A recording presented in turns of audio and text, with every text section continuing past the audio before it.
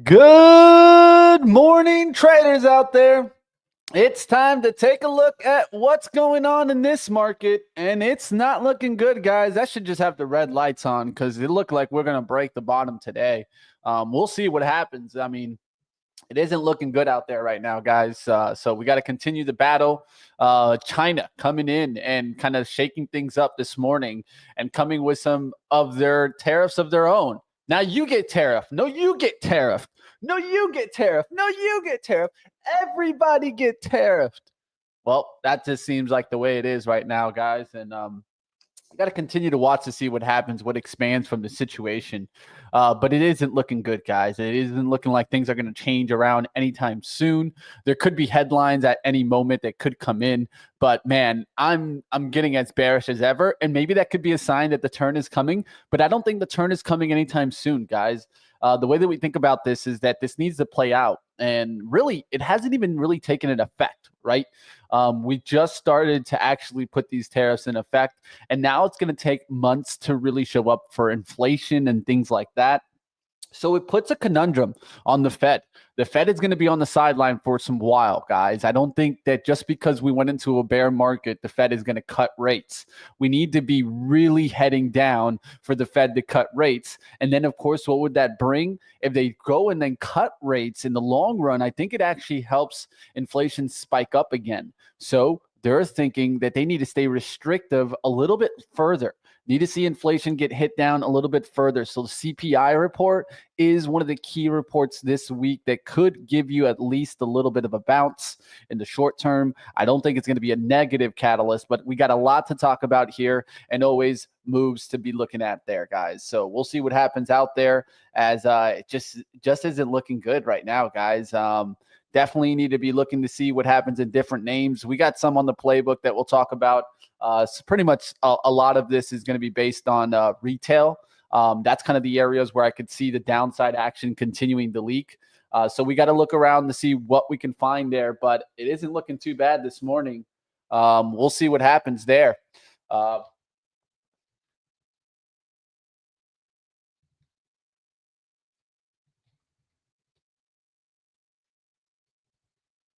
All right, guys. So let's see what happens in the playbook today, guys. Need to take a look into the retail to see what can continue coming down with the situation that's happening out of China.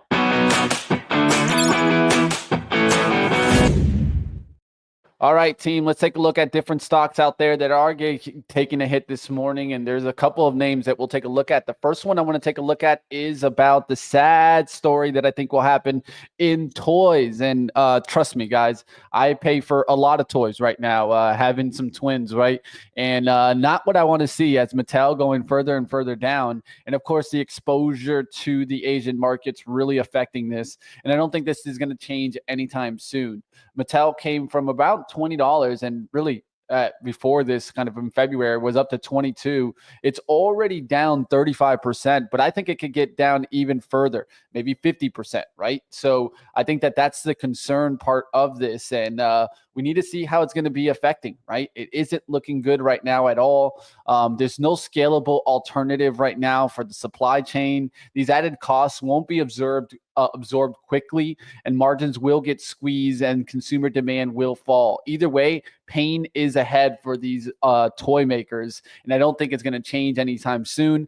Hasbro could be in low digits also. Like this is at $50, but I could see this coming back to like 40s and further down, guys. This could be even breaking even the pandemic numbers. So if you could look, Hasbro really hasn't turned the trend. If anything, it did bounce and rejected this, had made a couple of moves up there. Now we could be heading back towards 45 and lower. So we'll see what happens on these names. Let's go to the next one here, Restoration Hardware, as I look to see further downside in specialty retail and, of course, Restoration Hardware. You're talking flooring, you're talking different things like that. That a lot of this gets made where? Of course, in Vietnam and China, big exposure to the Asian markets. And I don't think this is turning around anytime soon. Big concerns for RH. Of course, in 2020, this had come down here towards about 56, I think is the low there. Let me see here just to make sure here. I got about 73s. So let's see if we get back there towards the 70s. Right now we're at 144. So this could really be coming down. If you think about it, it took a bigger hit on Friday, sideways action. Let's see what happens, guys. The week hasn't been that great. It's been going sideways, but I think it could break this low around the 138, 139, really start to crack there on Restoration Hardware. So things are not looking good, guys. The tariff fallout is continuing, and I don't see things changing, right? I think names like Wayfair could be at, who knows, $10 in a few amount of time, guys. And I think that this is what I'm looking for, to see the further downside action come in. A lot of these names are going to be struggling to turn things around. And the business is not looking good right now. And demand is going further down, right? Like, who is thinking about making big purchases now with all this tariff conversation, all the concerns in the market? Well, if you want to maybe get ahead of the tariffs, you might want to buy anything electronic, because those prices are going to be jumping to the moon. Like, let's say TVs, it's not going to be the year for TVs. I'll tell you that much. And for even let's say a name like Nintendo that's coming out with a new Switch, things like this are going to really put pressure on supply chains, guys. Supply chains are going to need to be kind of thought about again. And I think this is all things that we need to be watching, guys. What's up, Mustafa? I passed the eval as of yesterday, and I'm a funded trader, my man. Hey, Mustafa, glad to hear it, my friend. Shout out to you. It's all about the rules. That's what I remember. The golden rules, Mustafa. I hope you're following your rules, man. I hope you were able to continue pushing forward. And hearing that you're a funded trader and joining myself, man. Hey, shout out to you, Mustafa. That's what it's all about, guys. If you want to come on the show anytime to talk about it, just have a conversation. Let me know. Looking forward to seeing your interview with, of course, Michael Katz, as we do interviews with our funded traders. Hey, it's great to hear it, man. Really, I'm proud of you, man. I know that you've been working hard, and I know that it ain't easy being a trader, guys. Of course, I've been keeping my funded account now since I look back, since February 11th. So we're nearing 2 months of holding the funded account. I will say that it hasn't gone the best for me. One thing that I notice is that I've been trading a little bit too big even during this time. I've had slowed it down, but like yesterday, guys, yesterday was a day where I could have made a ridiculous amount, man. I don't even want to talk about it. I could have made $2,000 on that fixed trade yesterday that I was trying to do. And that's just how it goes, guys. And $2,000 on a $20,000 account, that's not bad at all, guys. Yesterday, you guys know I was trying to play the reversal action in the VXX for an up move back through the 72s. Did I know that it was going to go back there towards 89? No, but I could have rode that trend. Look how it held the 9 EMA, that light blue line, the whole ride back up.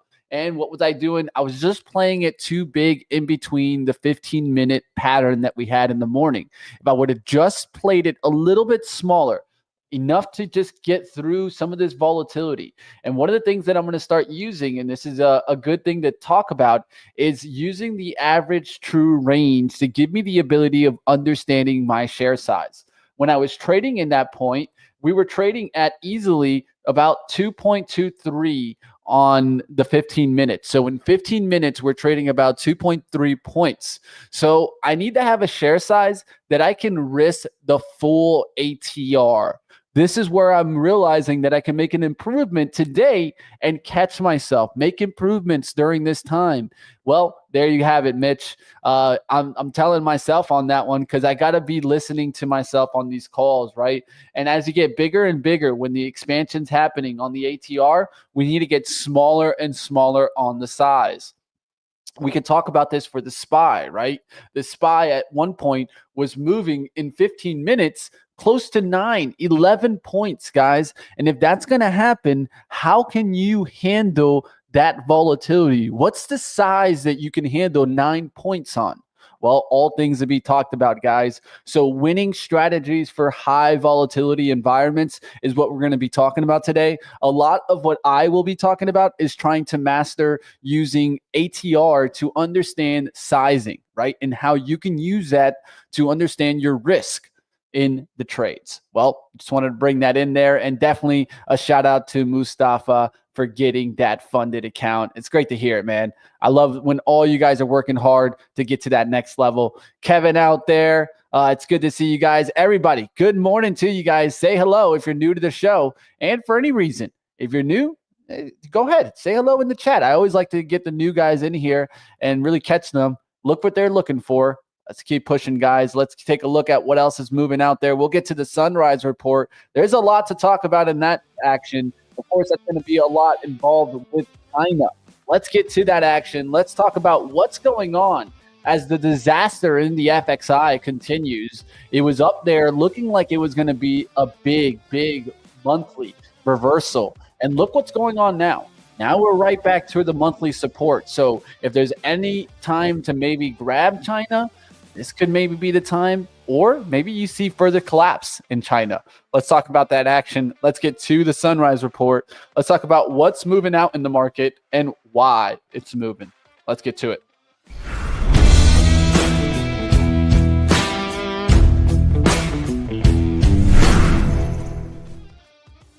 All right, traders, it's a tough morning indeed as the markets are on edge as futures tank and the tariff war heats up further.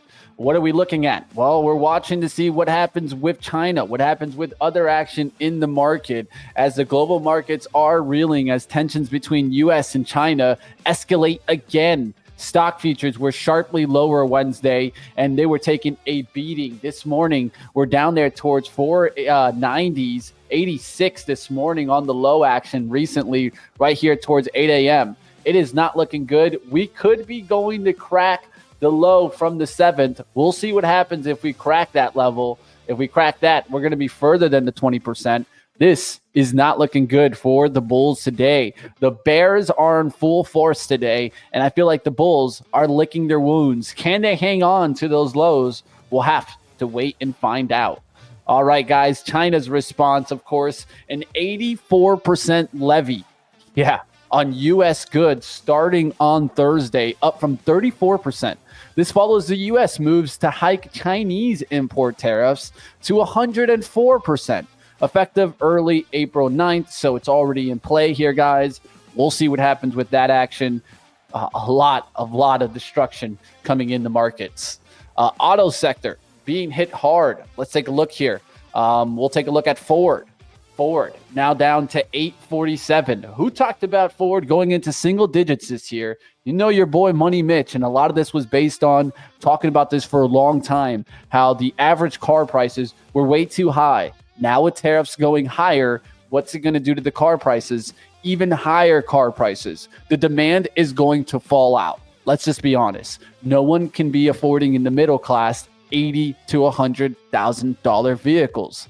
The truth is, majority of middle class has 2 cars in the driveway. Just think about that. You're talking about a whole house in the driveway. $200,000. That used to get you a house. So I think there's some real trouble to be had there in the auto industry. And this is not looking good. Even on my bet for used cars, it's not looking the best, guys. I think at some point I'll be looking for Carvana's trade to turn around, but it isn't looking good right now, guys. It could go further. I could see a haircut maybe about 50% from the top. So at least 150 coming into play. 100 could be coming back into play. If it gets down there, I'm definitely buying. But for right now, I'm on the sidelines, guys. Of course, Canada is joining the fray here, implementing 25% tariffs on U.S.-made vehicles, especially those not compliant with the USMCA rules. European auto giants also taking a big hit, guys. Volkswagen, Mercedes-Benz, BMW dropped up to 3%. Valeo, France, 5.5%. It is not looking good, guys, for the autos. I think Volkswagen might disappear during this time, and that's a sad news, especially for, like, let's say Germany, auto manufacturer that's been around for so long, right? Japan's Nissan down 7%, Toyota down 2.6%, right? It's just destruction after destruction, and I don't think this is going to change anytime soon. There needs to be some actual changes in tariffs for this to change, guys. Trump's sweeping tariffs, of course, include 20% on the EU, 24% on Japan, 49% on Cambodia, and these are addition to the 25% tariffs on all foreign cars already in effect. So essentially, the tariff on Japan goes to like close to 50%. The EU close to 45% for all foreign vehicles. That is not looking good, guys. Analysts are warning that German automakers are amongst the most exposed as global supply chains get tangled in the political crossfire. Delta grounds with growth plans as Delta's CEO coming in this morning. And who was talking about potential leisure destruction? Well, it's continuing to happen there. Delta Airlines CEO Ed Bastian is waving the red flag on travel demand, blaming trade uncertainty and consumer weakness. Q2 forecast, revenue flat to 2% versus a 1.9% estimate. So essentially, they gave the top end above the estimate and the low end to 0. The EPS, 170 to 230s versus a 223 estimate. Q1 EPS at 46 cents adjusted, beating the 38 cents estimate. We'll see what happens here on Delta. Can it bounce back? Revenues at $12.98 billion adjusted in line with the expectation. But Delta now expects flat capacity for the second half of 2025, scrapping plans to grow about 3 to 4%. With the broad economic uncertainties around global trade, growth has largely stalled. Big hint there.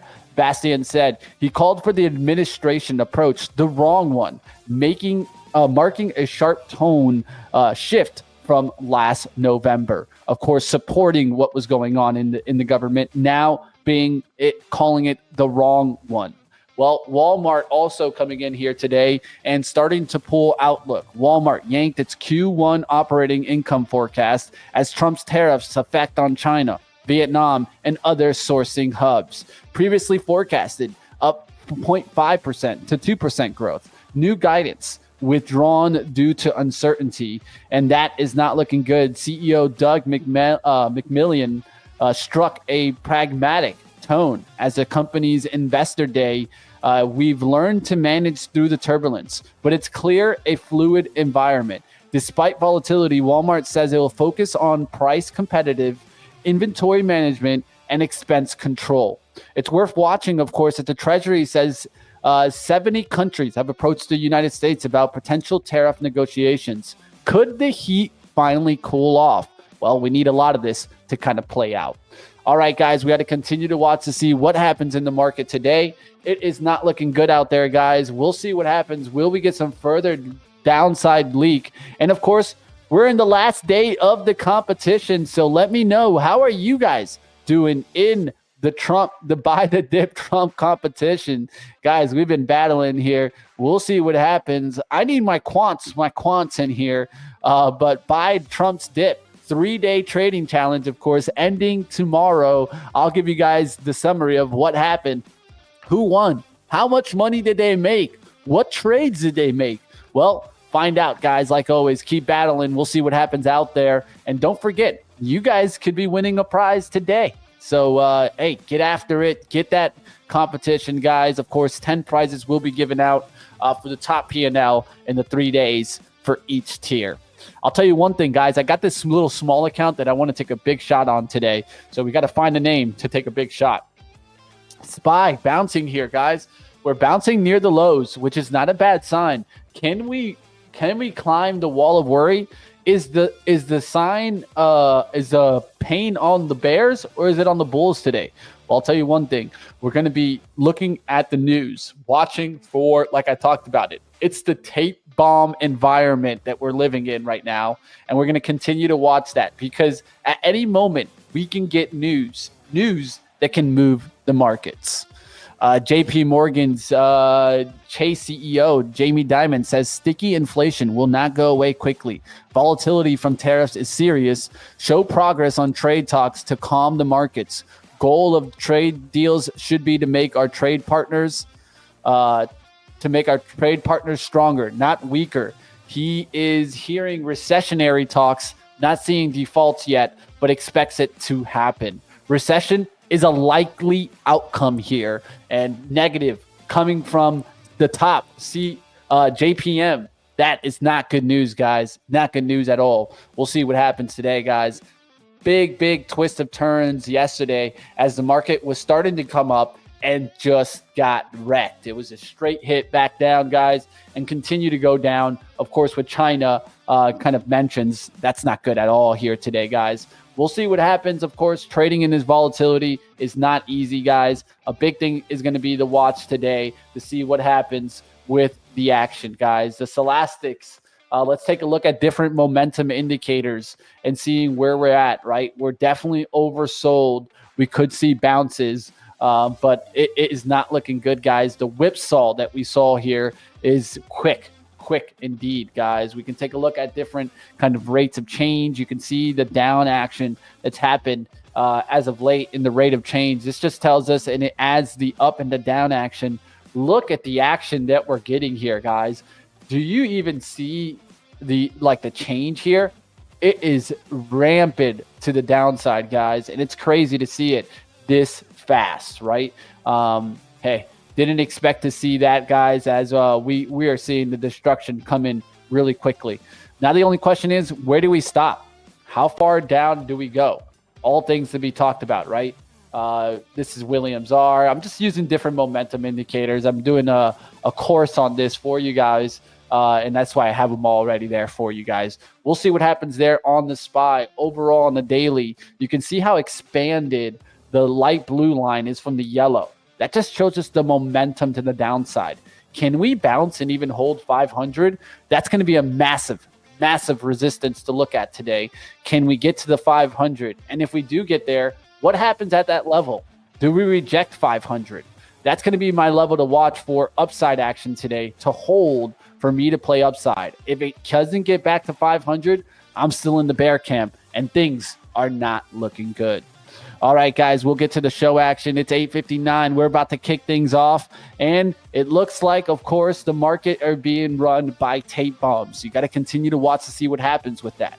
And I was watching another show this morning, and there was just a lot of talk on robotics being the way to save the manufacturing here in America. Well, I don't know. I feel like that's a little bit of a pipe dream, but we'll talk a little bit more about that during the show. We'll talk about winning strategies for high volatility environments. We'll get to the action. We'll take some trades. We'll see what we can come up with. One thing's certain, we got to be careful with the action today, as we could get news at any point in time. There's very rare times that I actually have like a news tape right on the right-hand side of me where I need to see everything that comes in as it happens. Right now is one of those times. So let's see what happens. Let's kick the show off and see what we can find today.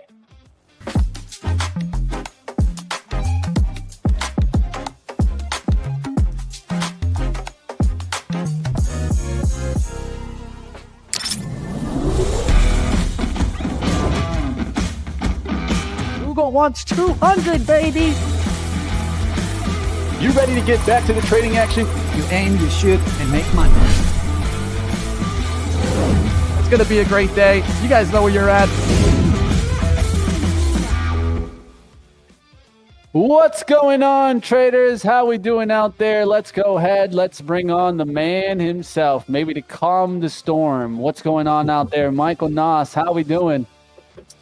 We're holding lows, so we're frustrating everybody. I think everybody. I think all the bulls are mad. I think all the bears are mad.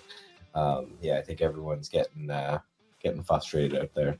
Yeah, I mean, I don't know if the bears are too concerned on this point, because the catalyst just keep being negative. Every news, we're not getting the positive news. That's one thing that I'm noticing, at least in the tape, that does leave room for some positive to come in the market. But I just feel like the tape just keeps being negative. And that could be just because it's the first reaction, right? It's still playing out, right? China battling back today with their tariffs coming back into it. And I think that has further effects than I think most people notice, right? I mean, I know that we put 104% tax on China goods, but we don't send China too many goods, guys. No. You know what I mean? But we sure as hell take a lot. So I think that's a big impact.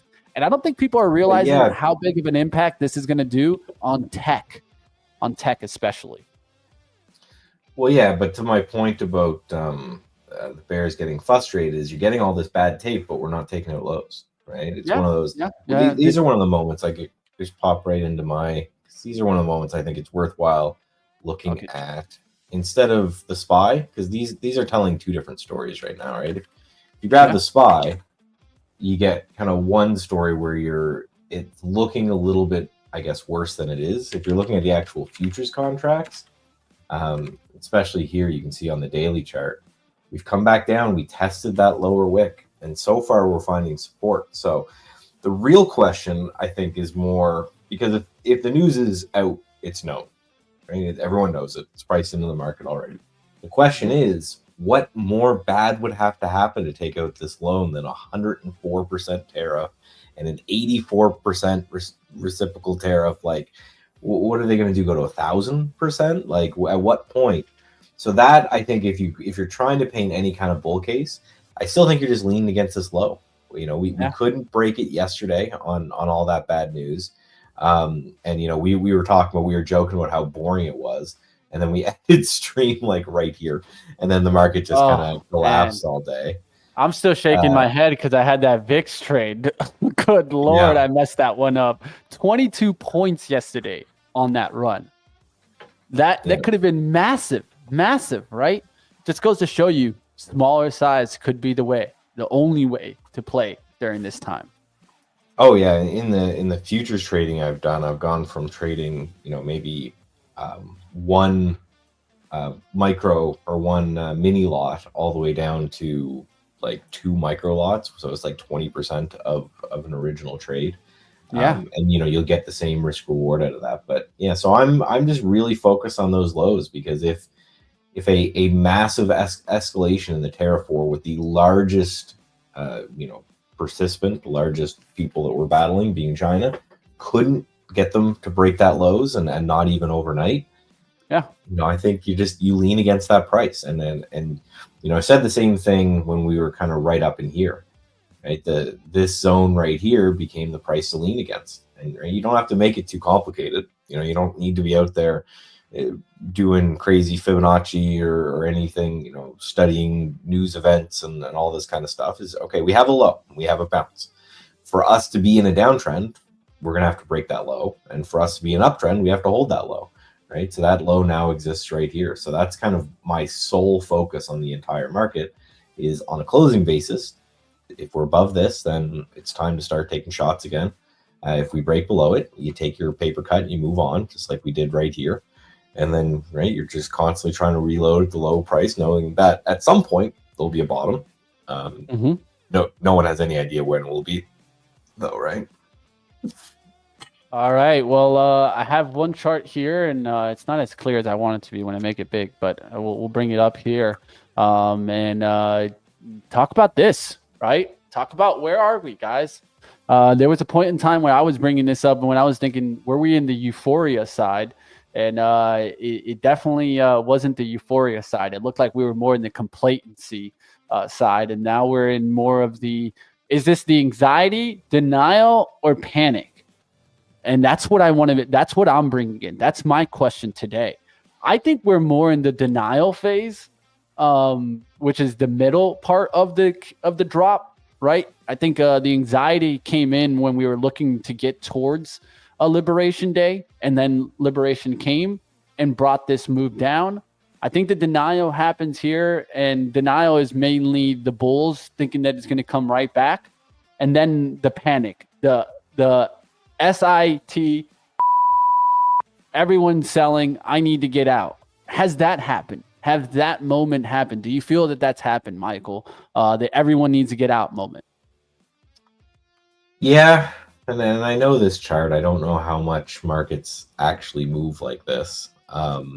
You know, I would say, again, you can't tell by price action, but I'd say if you're on the streets, there's a lot of people panicked out there. I don't know at what point does that mean everyone's panicked. And then again, this also assumes that, you know, bottoms are digestion periods that take long periods of time. You know, we've seen, at least in the past, and quite a bit, bottoms just being complete V's, right, and just ripping higher. So I don't know. So I see a lot of panic out there. I see a lot of anger out there. I'm waiting for something, and this is a buddy of mine, Brian Lund, a great trader. He's been in the game for ages and ages and ages. And he put out a good tweet today. Let me see if I can find it. But basically said that in his experience, markets bottom when things break, right? So he's one of those ideas where we need something to break, and we need that's probably going to be a hedge fund at this price, right? That's a good conversation to bring up, right? Because we're waiting to see. Now, we won't right away because they don't need to report these things until 3 months later. But yeah, I'm shocked we haven't seen anything bust. No, when is the next reporting of it would be the 13Fs, right? The 13Fs, yeah. Yeah. And they'll be nicely worded. Oh, we're closing shop, blah, blah, blah, blah, blah. But yeah, that, when is the deadline is May 15th for the quarter ending on March 31st. So we won't get it till a month from now, a little bit over a month from now. So just to kind of put that into perspective, right? So that we can think about that. I think those are all questions to be had, right? I did see in the street, right? A lot of people are claiming that China is selling treasuries to try to affect and hurt the U.S. here. That could be why we're seeing the bonds the way they are. That's been the confusing story, I think, for a lot of traders. As for a little while there, people were thinking that TLT would be that flight to safety. And trust me, technically, this looked awesome right there. That first move there, it looked awesome. With a MACD crossover, getting back through a long period of, kind of decline, breaking this trend line, right? That breaks it essentially. If you pull it over here, you can pull it towards these levels, right? I mean, you did break that. It was looking great. And for it to do this, that's pretty tough here. So, but it is holding the lows there, right? It hasn't broken the lows there. I think that would be the real sign of concern, where I think the market would be at the sell everything moment, right? If we start to break that low on the TLT, I think you got to be a little bit more concerned that this is more systematic, right? And I think this has to do with macro completely, right? These aren't micro kind of catalysts that are coming in where a specific stock is being affected by these tariffs or telling you that. It's just the thinking of what has happened in the macro situation. It's a tough one. It's a tough one to see the TLT the way it is. Yeah, it's one of those things where the traditional TLT hasn't worked in a very long time, right? It's one of those the 60-40 portfolio is dead, or whatever you want to call it, because what's supposed to happen when stocks go down, bonds are supposed to go up. That's what they teach you in the books. That died. It's crazy, man. When stocks started to go down as the Fed was raising rates, that ruined both. And there's this whole conspiracy theory. I know people are having a lot of cope out there saying, the whole point of this stuff is that Trump's crashing the market on purpose to bring down rates, to restructure the debt. I've heard that floating around. It's the dumbest thing I've ever heard, because rates are ripping. If you go look at TNX right now and bring this up. He's gonna need some emergency meetings if that's what he wants. Because rates are ripping here, just absolutely. So TNX is the yield of the short-term treasury. Before he started messing with things, we were at like 3.5, and now we're up at 4.5. So he's increased rates at a whole point. And again, if it is his idea, then it's an awful one, because he hasn't been paying attention where bonds don't go up as stocks go down anymore.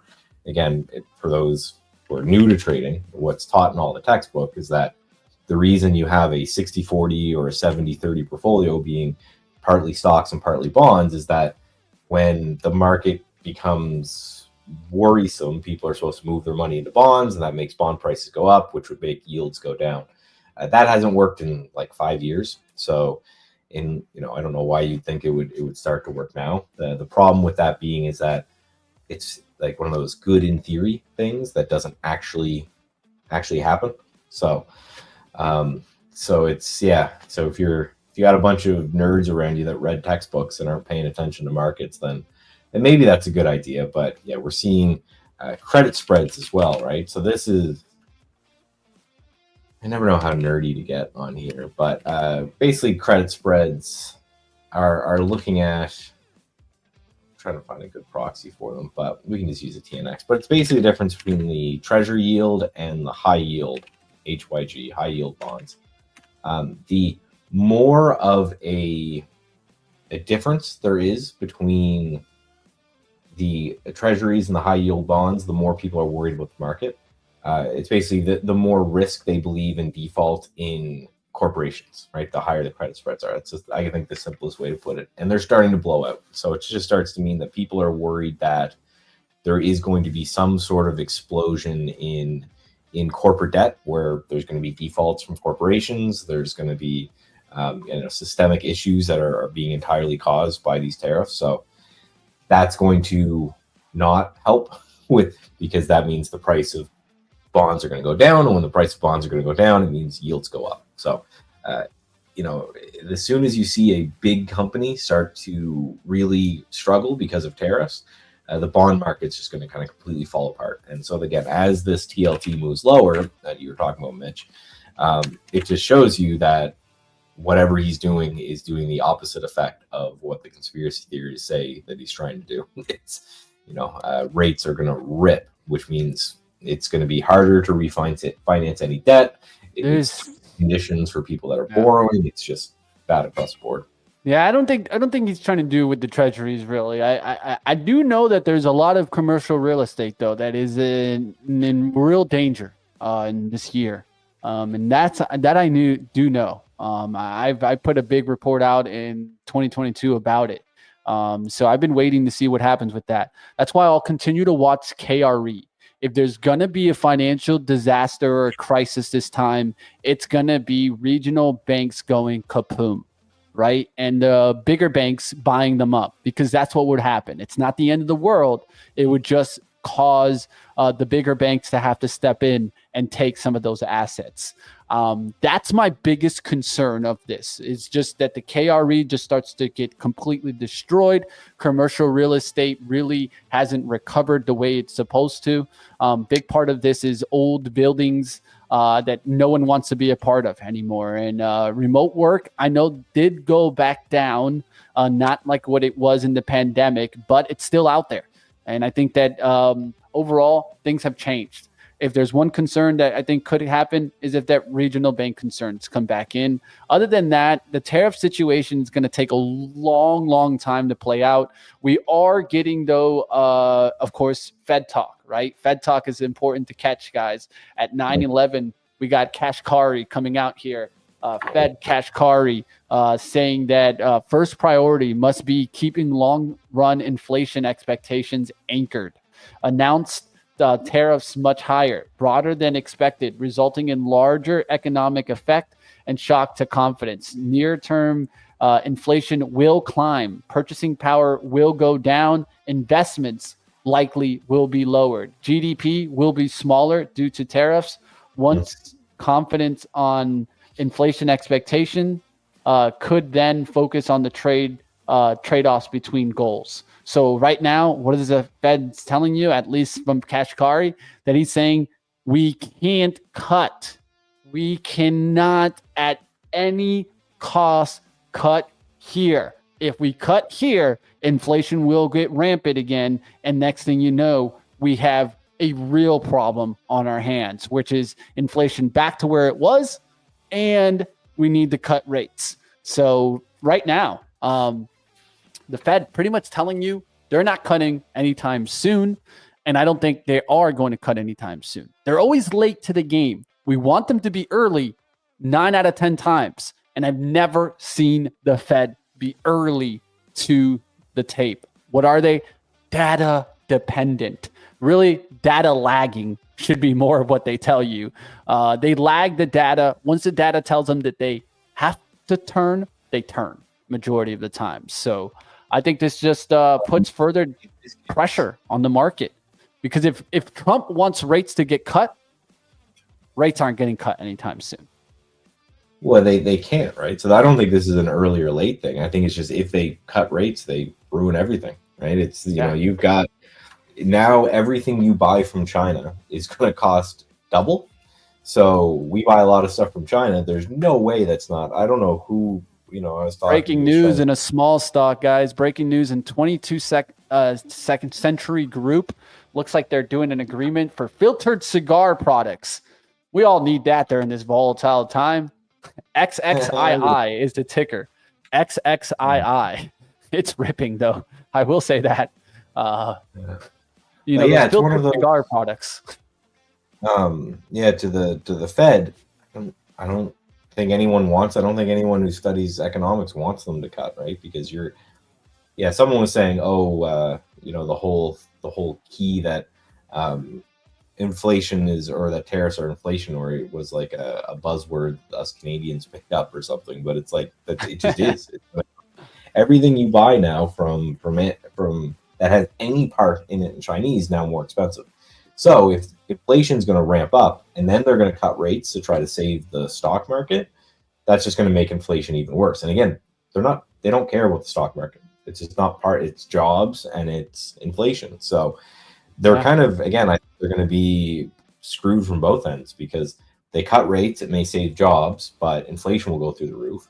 They don't cut rates, we're going to lose millions of jobs from this. So you're damned if you do, damned if you don't. So as much as I didn't agree with, I agree that they were super slow off the gate before, I think they kind of have to do nothing now. They need to let politics and everything kind of sort themselves out.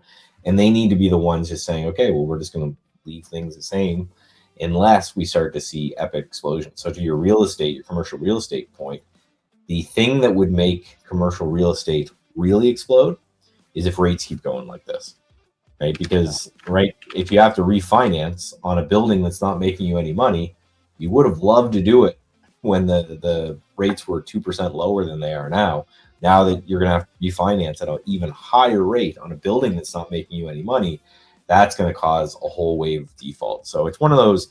It's very interesting to see. Again, I studied a lot of economics, but I don't believe it makes me money, so that's why I don't focus too much on it. But you can see the ripple effects of something that it's like, okay, it's a tariff. But it's going to affect rates, and that's going to crash this real estate market, and then that's going to get rid of a bunch of jobs and blah blah. So it's like one string connected to all of them ends up unraveling this whole web. So I am very excited to go on Twitter after this today and see what the cope is now that the cope can no longer be. He's trying to lower rates. It's like, okay, well, they are ripping right now. So now how are we going to cope with this? Because eventually, again, I think this just ends as they claim victory somehow. They'll get some concession from some other country, and they'll say, see, it worked. And then they'll just completely erase all the tariffs, and then that's when the rip will happen. Problem is, there's no way to know that in advance. So you just have to kind of keep picking your levels, buying things when they hit those levels, taking paper cuts when you're wrong. And then eventually, when all kind of comes unwound, then great, you're going to get like a probably 20% rip in the market. So it's going to be a tough one. And the only question will be, when does that happen, right? Will we get the news that everyone's looking for? I think the interesting part is going to be how China and U.S. kind of play out, of course, because I think that's the number one thing that can move the markets higher, is if that would go down a little bit, that tension. Because even if it's like, let's say, Japan, that the tariffs come off, that's not where we get most of our things, guys. When I buy things, it doesn't say made in Japan. Let's just say that much. The two names that I talked about, short watches, I think they could be really getting hit hard today. Hasbro, Mattel, and Restoration Hardware. I think Restoration Hardware is a great look for shorts during economic uncertainty, where if you're looking to do projects on your house, well, you probably just stop that thinking really quickly. Yeah. You're like, nope, we're gonna have to put that back. Lumber is now way more Yeah, So we're not going to everything- go buy wood. We're not going to go buy steel. We're not going to go buy bolts. We're not going to go buy everything at a 25% increase, right? I want to actually do this as a fun example, Michael. I think we should both kind of think about doing like fun little boots on the ground thing. So I think a fun thing would be is I'm going to go to my local Home Depot and Lowe's, take a picture of some prices, right? Then go in like a month and see how those prices have changed. This should be a fun little exercise to do. It's So different country too, right? Because I think Yeah. our prices of lumber up here are going to crash because who we can't, or if we're not selling to the States, we'll just keep it internally. We can build some now more there's an things. oversupply. Now you got an Yeah. oversupply up there. It's interesting. I wonder how's gold moving in all this. I know that gold had been on that big pullback. I just taking a peek. I haven't really watched it. Look at AU right back up, man. There's AU gold right back up. So yeah, The gold fever is still there, man. It's still there. got to go somewhere, right? Bonds are showing you that they're not the place as long as rates are ripping, right? Bonds are going to continue to tank. So if you can't hide out in bonds, you can't really hide out in stocks, commodities, I think, right? So gold, I would take some of the more precious metal stuff and look at that. I'm still interested in silver. I made a whole video about this on like the worst. I made a video like right here before this, but still, I've just got this area marked off and an alert set if we can start to recover there, just because silver, gold's crazy cousin. It could get going if gold does again. So I'm interested in silver. I just don't see a setup to kind of get involved right now. And I'm looking at the SLV, right? That's what you're looking at? yeah. I think it's interesting above 28. If we can get into that gap, just fill that gap, right? On the daily. That looks interesting for me. That gap If we ever fill. get to 31, I think it's a great trade. So it might be a good place to get a better risk reward shot at it, right? Yeah, because you can use the lows, right? You know where your support is in the sideways chart, right? In 2690s, or maybe you round it to 27, or you can even break it down to 26. You know where you're getting out is. I like trades like this, especially when I look on the hourly and I see multiple attempts to try to do it. You can see the last kind of, especially the 7th and the 8th, we tried to break that 28. We just opened up, we get momentum, and we come right back down. So what we need to see is a 28 hold, right? Is it get above 28 and hold for a little bit? It's an interesting one to see. What you got here from Rando? What are the odds that this is the beginning of a 2008 type of event? I'm going to say it's all about the length of the tariffs, right? On the weekend, right? This is my call. It's not a very bold call, but there'll be some sort of wrapping of we got this win, therefore tariffs are over, and it rips. If that happens in the next month or so, I think probably pretty low.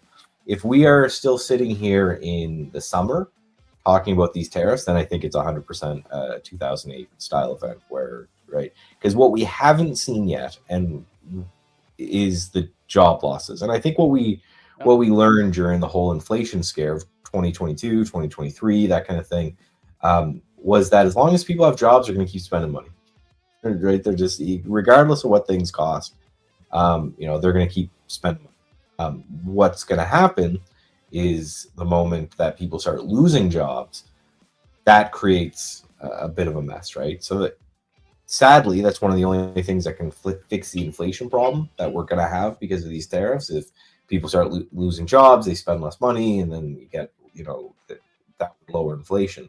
But I think it's just about the length of the tariffs, right? If these go on for months, then the market's going to get real bad. If we're over next week, we're going to be just completely focused on something else, and we're going to forget about this kind of quick 20% pullback we had in the market. So again, sadly, unless you can you get all buddy with Trump and ask him what's really going through his head, there's no way to know, right?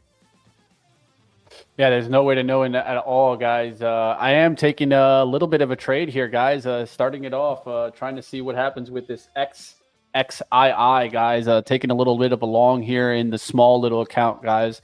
Trying to get one started here. early. Let's see if this can pop back above threes. That's really what I need to see here. Would like to see it hold 230s on a pullback here, not get back down to 2. So that's the mentality here. I got in right now. You can see 244 is the entrance. Looking to see if we can get back there towards 3. If it gets to 3, you'll have 3 resistance towards 3. Then I'll look to see if we get a slight pullback and then a real takeout towards 350s. Of course, on the opening spike, this went to 564. And the way that penny stocks have been working as of late, I got to take a shot here. Risk to return makes sense for me here. That's what I'm going for here. Let's see if it works out. It's an interesting one. This one's been a dog overall. So probably pretty heavily shorted. But whoa, yeah. Did you zoom out on the daily chart of this thing? I didn't know it was this bad. I remember it being a junk stock, but yeah, this is one of those, right? That's showing 11. One of those.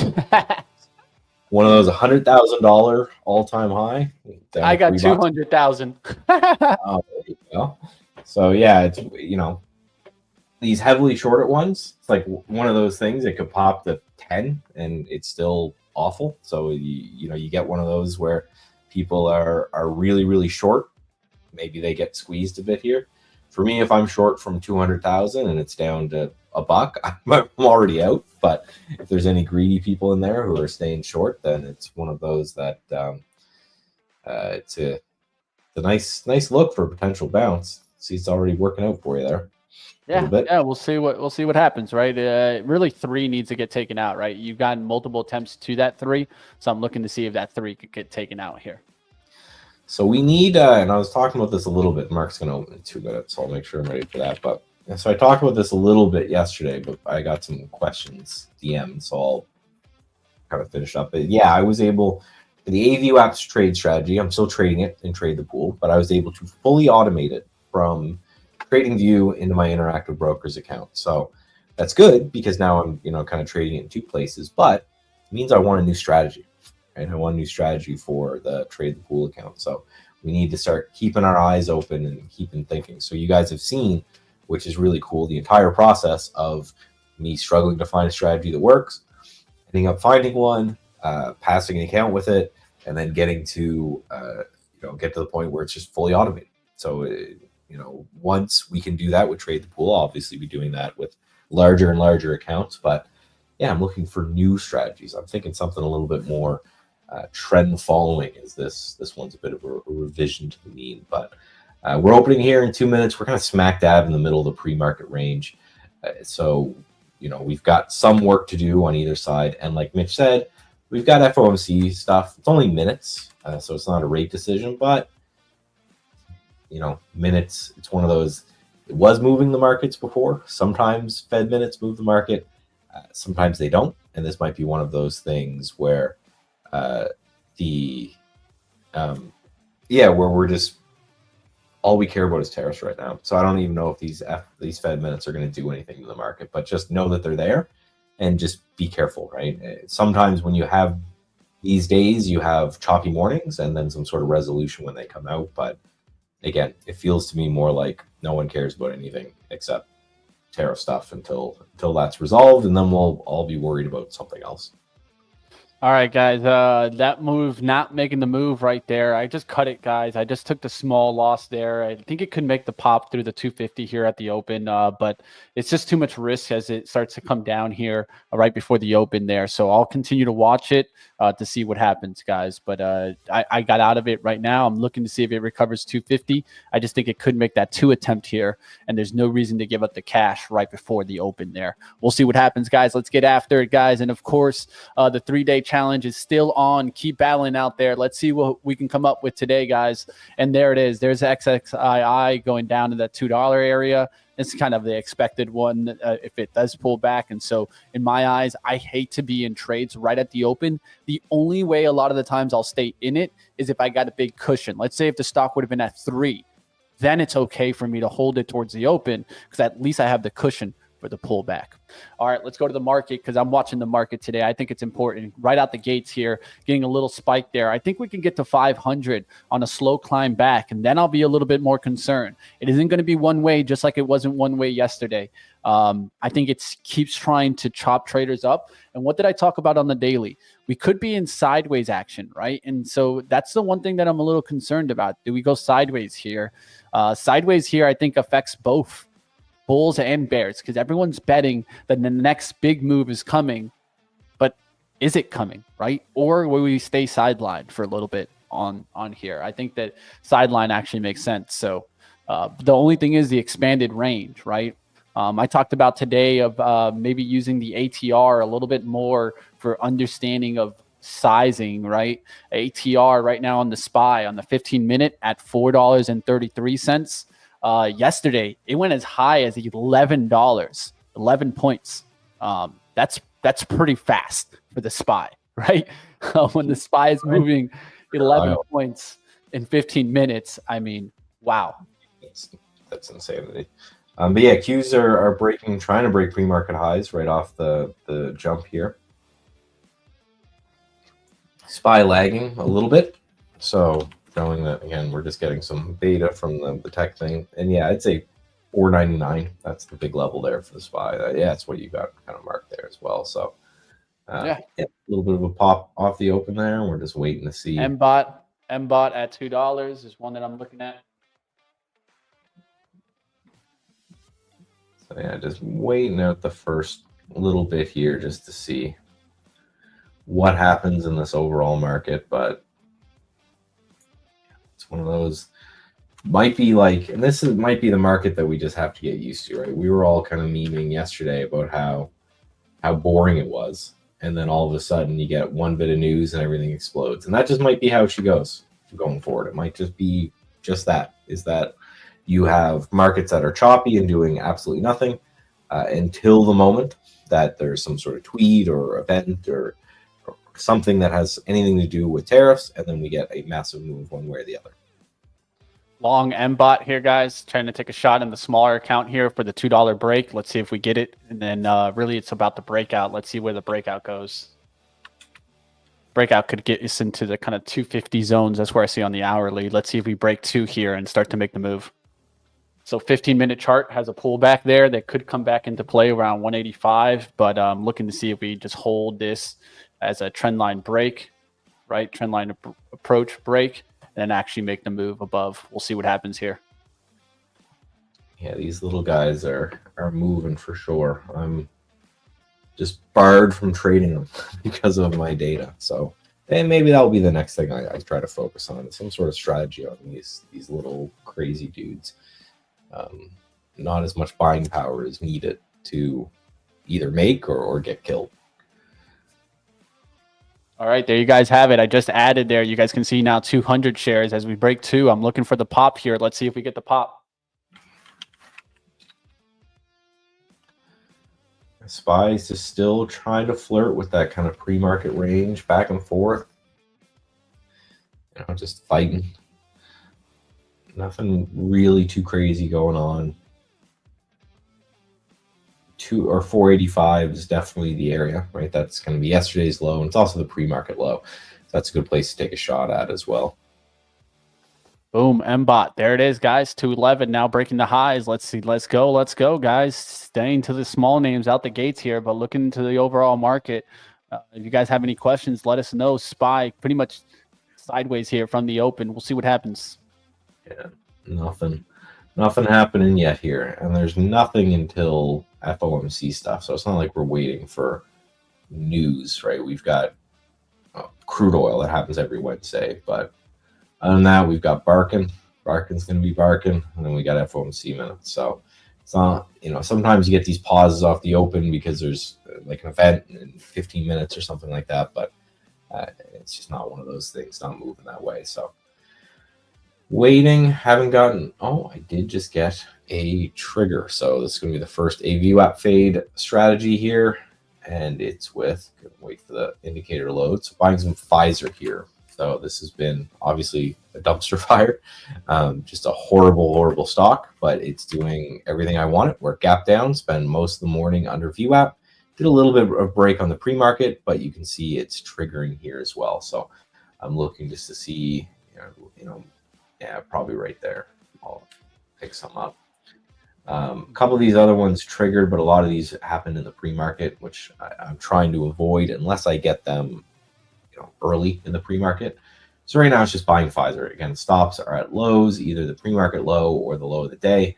And then we're targeting the 2-day VWAP, which is all the way up here at 22. So big risk reward there if that ends up working. So again, this strategy's been continuing to work. It's slow right now, but hopefully earnings season picking up right now could make a lot of sense. But I think a lot of the reason that it's slow is because everything is gapping. So it's getting harder for me in the morning when I'm doing my gap scanning to find the ones that are significant gaps, because everything's a significant gap. But it's very basic, just trying to continue to grind higher. All right, MBOT pulled back to me, tried at the VWAP here, looking to see what happens on the 15-minute. 15-minute went up there to 210, then turned around here. So looking to see what happens if we can get a bounce back here, but no bounce back just yet. Yeah, SPY just continuing to be range bound. Nothing's really moving at all. FMTO. Yeah, this is the stuff. This is one of the reasons why I don't trade a lot of those names. Holy smokes. From $6 to 16 cents in a straight line. Yeah, no thanks. I'm good. So. All right, guys, just took another ad there on MBOT. 194 average now, back towards 180, holding 175. Higher low pattern, 15 minutes, just needs to close back above 2. If it can do that on a 15-minute basis by 9:45, I'm looking good. So I'll just ride that trend there, 15-minute pattern. We'll see what happens.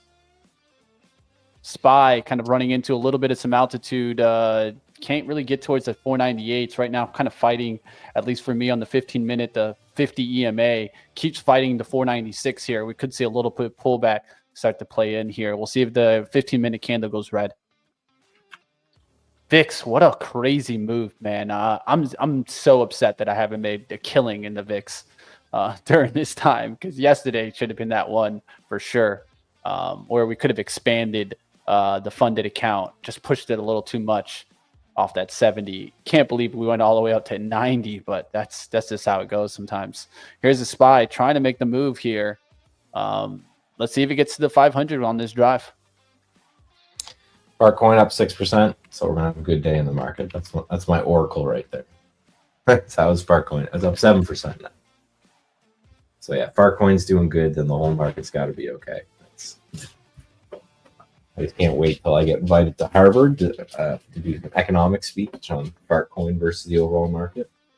Well, I know a guy that teaches at Harvard. I'll let him know that you're ready to teach it. He teaches a technical analysis class at Harvard. So might have to connect you to him so you can go over there and give him the Fartcoin speech. And then I also know I can hit up Jay. Jay Woods is also teaching a technical analysis class in New York. So maybe we bring you on there, Michael. Sure. Talk about the Fartcoin. Last time I was in New York, I'm popping down there again at the end of the month for a day or two. I think this is the time where I talk to those traders that are struggling out there. Why? Because I don't know if you guys have seen my New York Stock Exchange video. It has over 125,000 views. Definitely Nice. want to give you guys a chance to watch that one. I did it back when I was at Benzinga, but definitely a dream come true to kind of walk around the New York Stock Exchange, guys. If you guys want to watch that video, Did you have Jay show I you will around? give you guys the link. I'll give you the link. Yeah, Jay showed me around. And really, it's all about getting the story tell from Jay. And I think we did absolutely insane. It was amazing. Insane. Yeah, he was guiding us when I was there last month before. Yeah.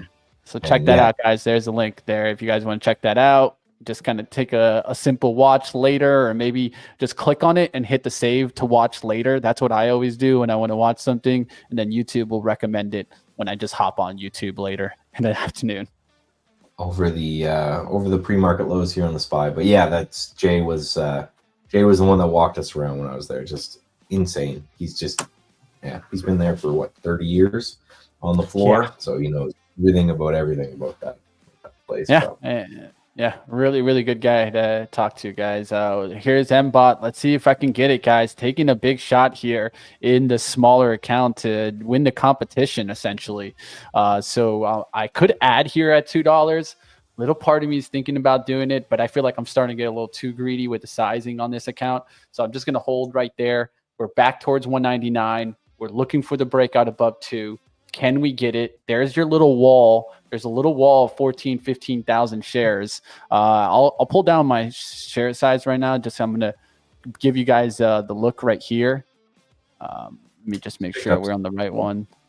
Just FYI, little forward trade. Just bought it at the close of this candle. You can see the alert came through there. Pfizer working out okay. Again, Ford, one of those. Just buying things that have just been getting killed, right? These are just day trades. So I'm in and out in minutes to hours. So don't really care about the long-term charts too much, but I actually like them when they're really, really oversold like this because, it just shows you that there's a lot of room to go there. All right, guys. We'll see if Mbot can break there.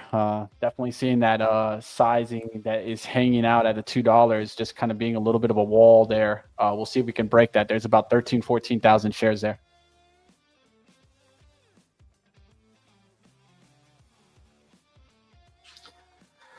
Yeah, so Pfizer did a little bit of a break. It's pulling back a bit here. Same with the SPY. We did break the pre-market high, but yeah, filtering back just through here as well.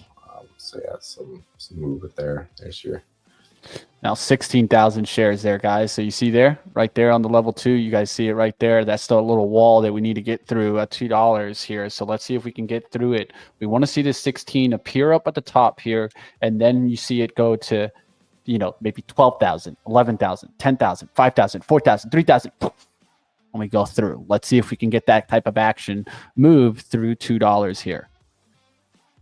There's 194, and you can see the pattern I'm playing. I'm playing it on the 15-minute. You can go to the short time frames, but make sure that you're using those multi-time frames to look to see what happens here, right? So now that we've gotten back above this trend line on the 15, we're looking for this to kind of hold. You can even do a rule of 3, right? Up 1, down 1, up 2, down 2, up 3. This could be that bottom support here, and then we're going to look for a move back to 2.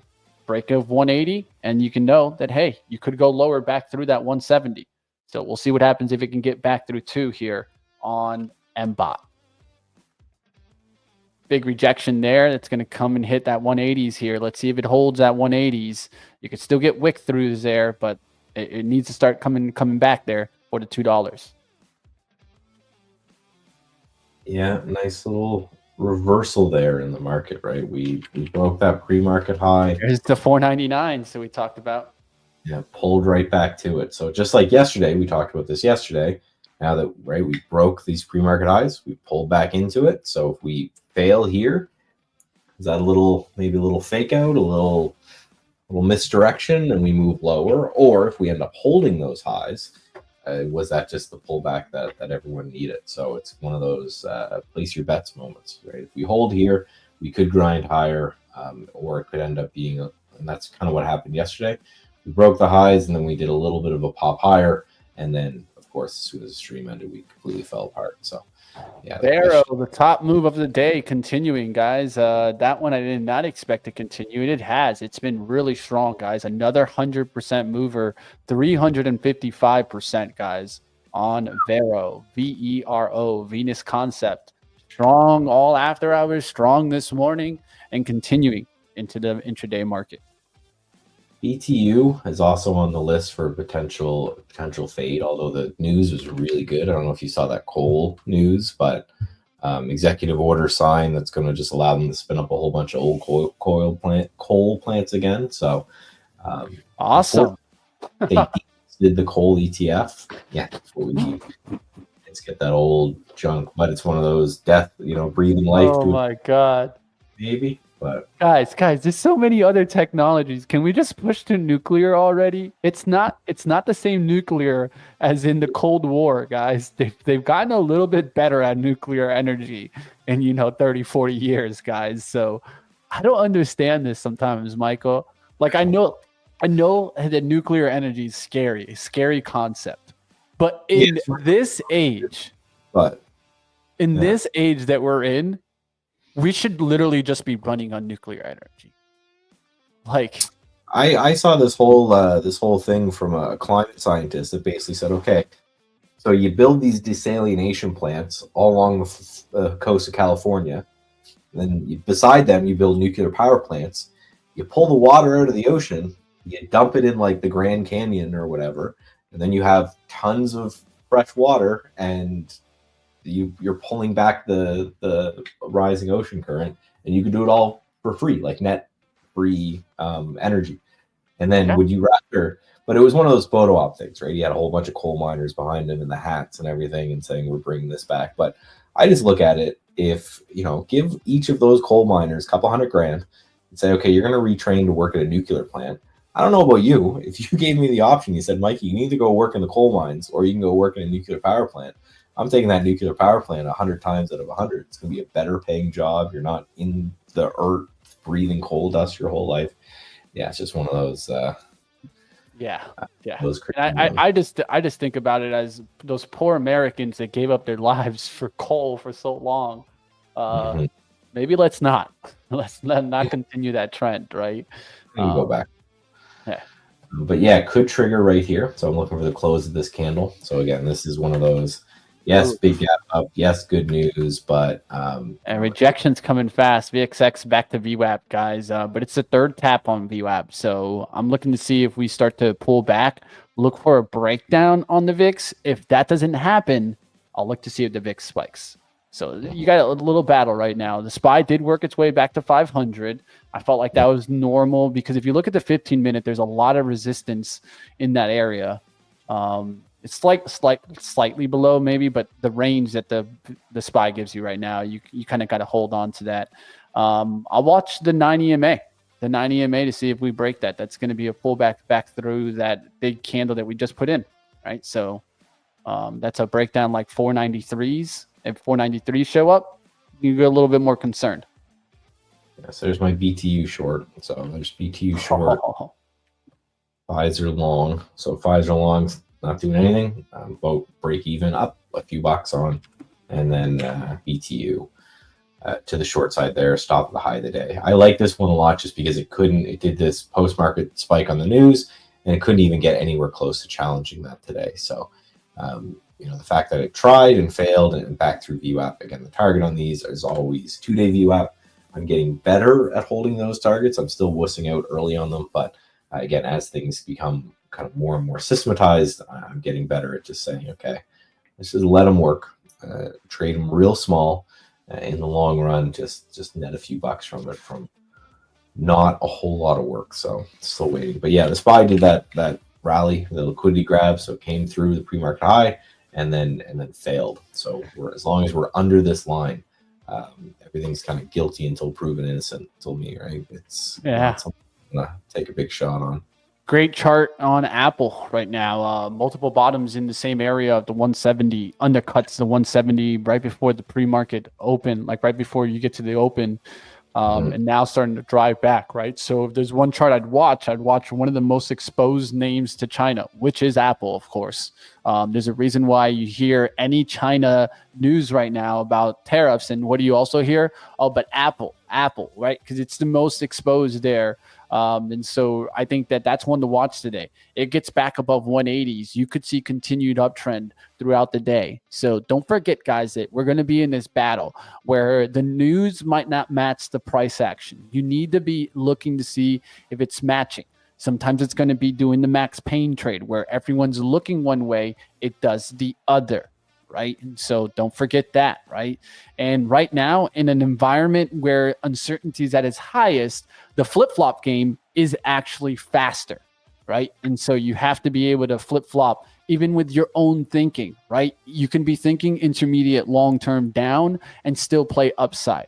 That's one thing that I'll bring up. And I think that's the important thing of being a day trader and then separating that from being a long term investor. Right? Long-term investors can stick more in that long-term thesis. Short-term day traders need to be able to let go thoughts literally within the hour, within the minute sometimes, because trends change. And the number one thing about day trading is trying to catch momentum. So just be careful out there, guys. It's a tough market, but that doesn't mean that you have to trade just only one way during this time. Well, and look right where found struggle, right? 1 day VWAP to 2 day VWAP, and then pause there. So the question is, can we get through? It's by trying to dig in, right? Pull back the VWAP here. Didn't quite get there. Trying to dig in, get back to that pre-market high. Could just be normal back and forth action. So we'll see. We'll see what happens there.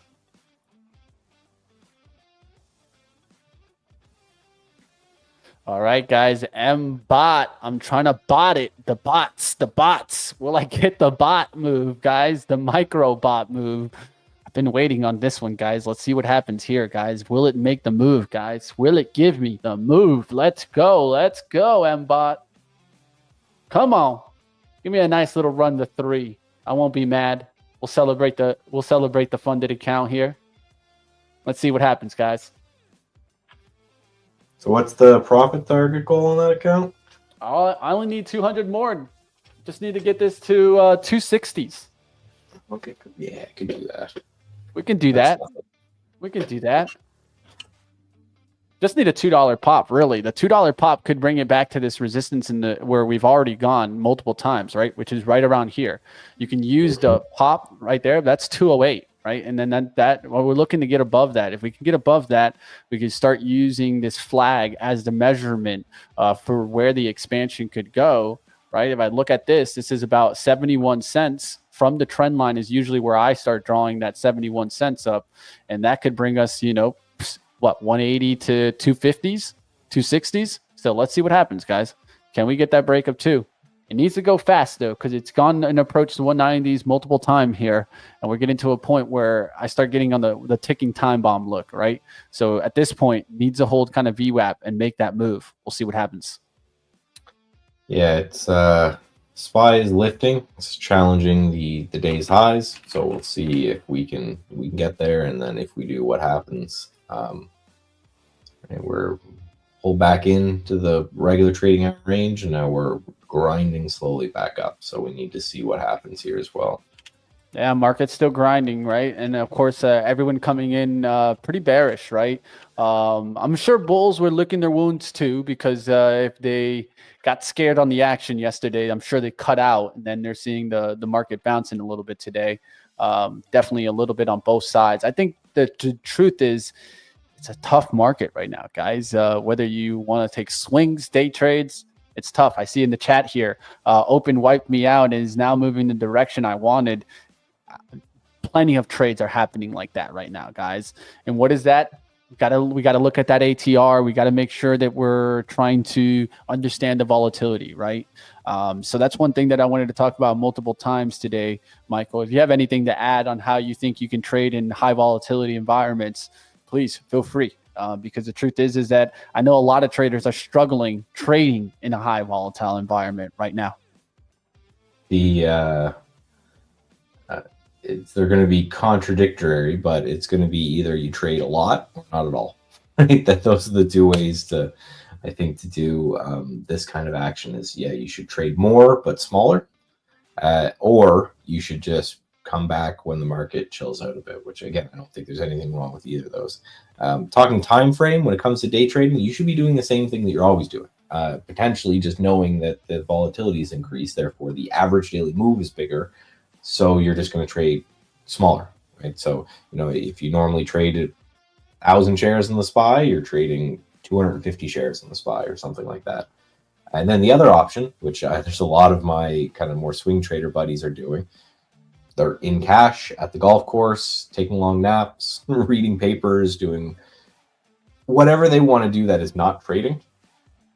And the idea there being they're looking for the market to calm down, and they're okay knowing that they'll likely miss the bottom. It will probably happen the week after the bottom. They'll start to get involved. But yeah, it's one of those, right? So I have chosen the very active route. So I'm doing, again, the same systems I've normally do, the same thing, just smaller, right? Just, again, this is why we use a risk-based trading. So something like, hey, I'm going to buy you're risking the high of the day, you're risking the same amount on every given trade. Right? So like Pfizer and BTU are good examples. It doesn't really matter the volatility of the market to me because I'm using the kind of risk sizing tool. It's a trade the pool, and I also have a little one that pops up here eventually there, where I can just type in the risk amount. If I want to risk, $500 on the trade, it will just say, okay, this is how many shares you take, and that's it, right? So I think you just got to understand that things are more volatile. You adjust size accordingly. What you don't do is just completely throw what's got you here out the window, and just try to find a different thing. I think that's the thing that really gets people in trouble. You don't throw the baby out with the bathwater. Exactly. I've seen so many people that are like, okay, I'm just going to immediately be like, people who've never shorted before. They're like, oh, I'm just going to start shorting things in the market. I'm like, you do your same plan. If you want to work on another one, go right ahead. But until you've got that tested, right, do your same plan. There's a SPY, 501s. Can we clear the 502? We'll see. VIX dropping back down towards that 83 level. I talked about, would we break that 83 level? We'll see what happens there. We could get a little bit of a whoosh there and then look to see what happens on 50% retracements levels, right? From my man Steve out there. I'm sure he's looking at them too. 50% retracement of yesterday's rally puts us back to 79.75 or 80 if you want to round it up, right? So that could be the move that we get the pullback, and then I don't expect one way, guys. I expect still sideways action. But take a look at the daily action on the SPY, just about where we're building at. What are we building? Sideways action, starting to build a rectangle, if anything, on this kind of recovery. So I don't expect to see much more. What is the market waiting for? Find out what the hell happens with these deals. Yeah, it's just so weird that this is a potential recession, certainly a market crash that can be created and resolved with the stroke of a pen of one guy. It's the first time in history, right, that one person could today, right now, just go, okay, go back to highs, and the market would go maybe not all the way back to highs, but pretty close with one thing. So yeah, it's interesting, and again, it makes for fun markets. He broke the dynamics of capitalism, and can definitely affect things, guys. Yeah, that's what government price controls do. MBOT just dropped there to 165 in a hurry. It hit that bid at 173, and it went fast there. 163, guys, just took the hit there, guys. So I'm out on that one. Not going to be able to win the competition on that smaller account, but hey, it is what it is. I tried to take the shot there. That one didn't go. Maybe Vero would have been a better trade there, but it was a good setup there. Just never wanted to get through the two. The big seller up there that didn't want to let it get through. Now, there was a big bidder at this 173, so we'll see if it recovers that. But I'm out there, guys, on that one. Hey, to the next one. Let's see what happens. Yeah, it's the beauty of these small accounts, right, is you can take, I wouldn't recommend it, right? Ideally, you should be building good practices and trading everything, as if it was real money and real accounts and doing it correctly. But with a $50 account, you could take some swings, right? You could take some shots, and then if you blow it up, just buy another $50 account. Don't go to Starbucks that day. It's and then eventually when you pass, away you go. Again, not what I'd recommend. I'd recommend you treat the evals like anything else and start to trade them totally normally, and then hopefully when you pass one, you pass the other. But so there's BTU continuing to bleed, so happy about that. Pfizer continuing to work as well, happy about that. So those are the only two trades on the books today. So I'm waiting. I got one long, one short, so I'm hedged, I guess you could say. Just waiting for any name to come through. Amazon just did here maybe 10 minutes or so ago. I just missed it entirely just because it's not really what I want. I want more Amazon here. I want more time under VWAP and then a breakout. Short the VIX, guys. So yeah, it didn't end up working for me, this one, but this one looks great again as the market's popping. So yeah, your VIX is going to be selling because the market is rallying there.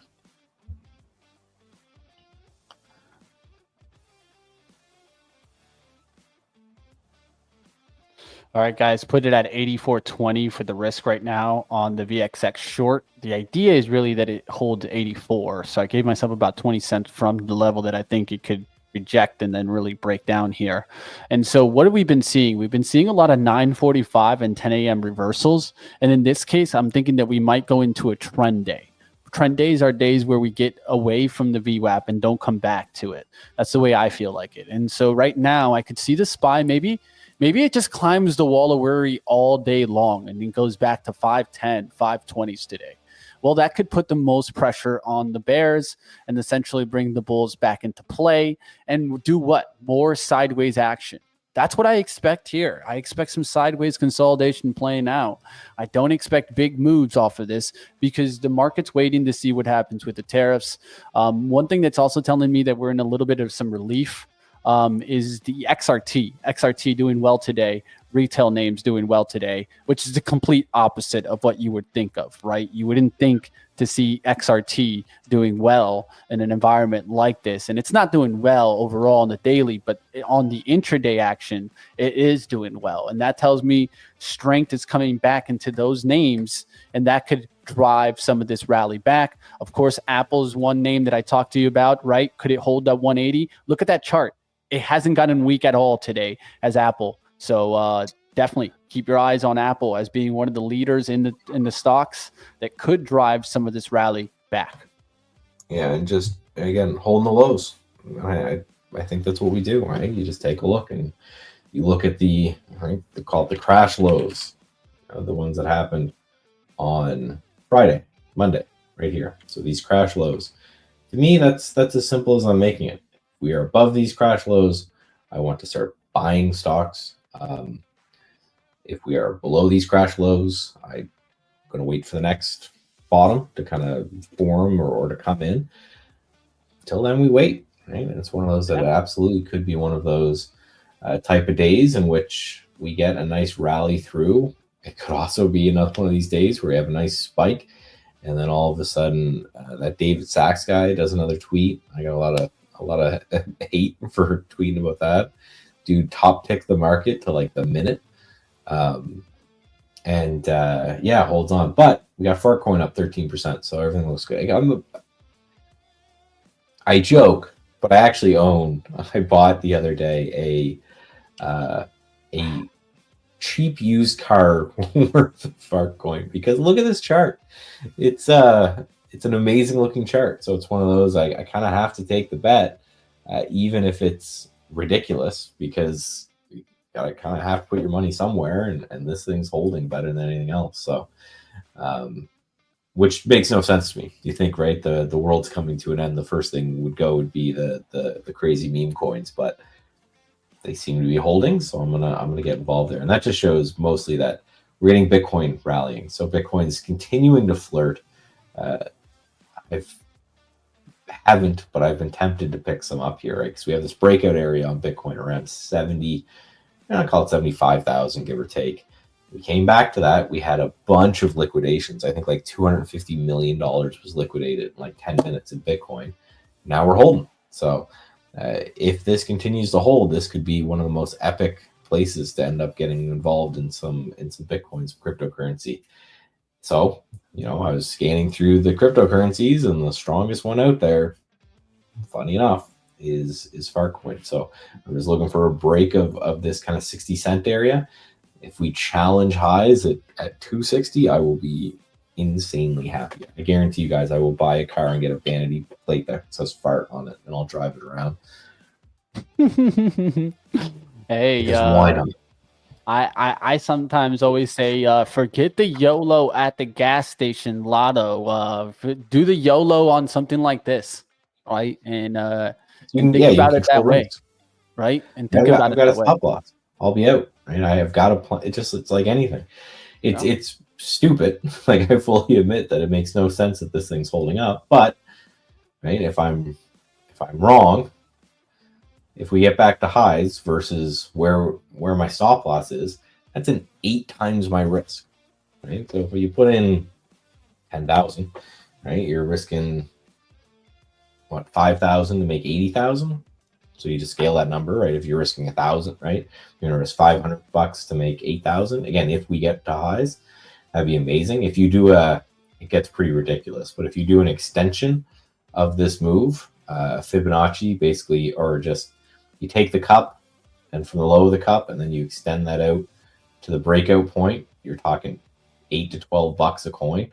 Now you're talking like a 30 risk reward, which is just insane. So I just looked at it and said, I just got it.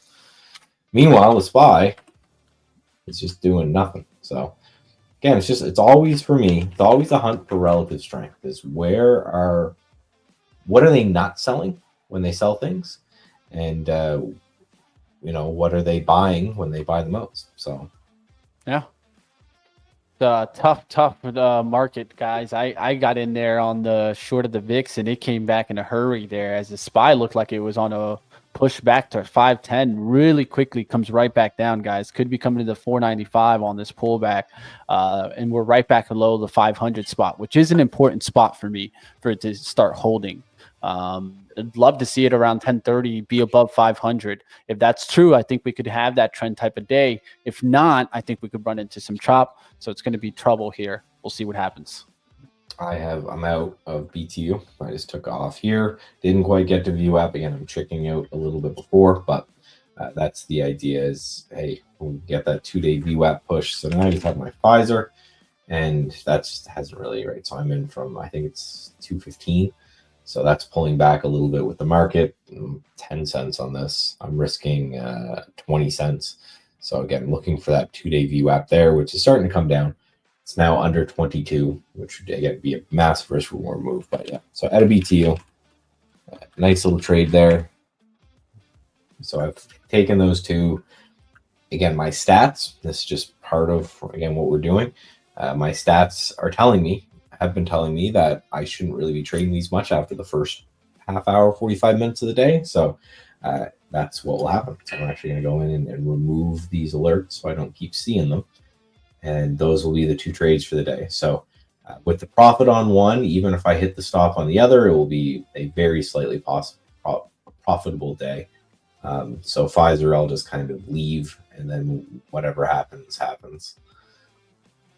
Just removing those. But yeah, so that's important. Something I want to talk about too is, again, make sure you're recording your stats, make sure you're recording your data, because when I started trading this strategy, I would start to push it. I'd start to maybe trade it in the afternoon, start trading it all day.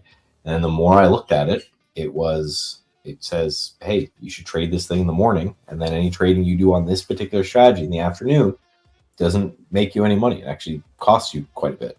So it's an easy change to make, right? Just delete the alerts and move on. So it doesn't mean you're done. Now I'm looking for strategies for more of this later part of the stream that I could enter and then potentially hold those until the close. But these particular strategies, have just been, you just take it and you go from there, right? Eli talking about how he saw the good old message that we don't want to see, right? Rest in peace. Then you get the email. I find the email hurts even worse because you get it like a couple minutes later. Even you get it worse. Because like sometimes you get this is good feedback. This is good feedback. We need to tell Michael about this. Right? I know. The email hurts even worse, right?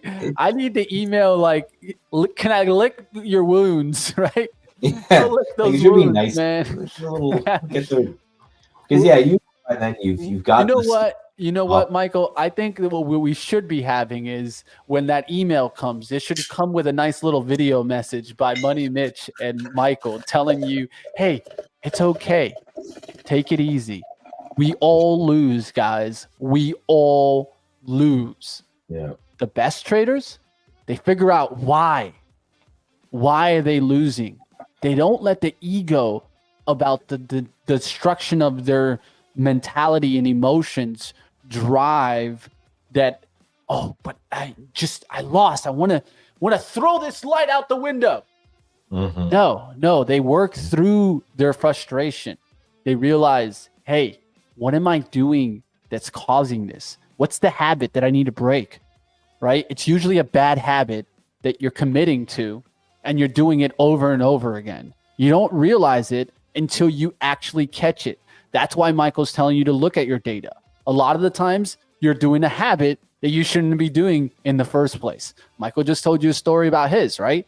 That he was trading in the afternoon. That was a habit he was starting to create, when really the habit should have been just traded in the morning. Forget it in the afternoon, right? Yeah. So find what habit you're doing. What are you doing repeatedly that is causing negativity in your system, in your actions, your emotional control, right? You said it here, Eli. You need to be patient. What does that mean?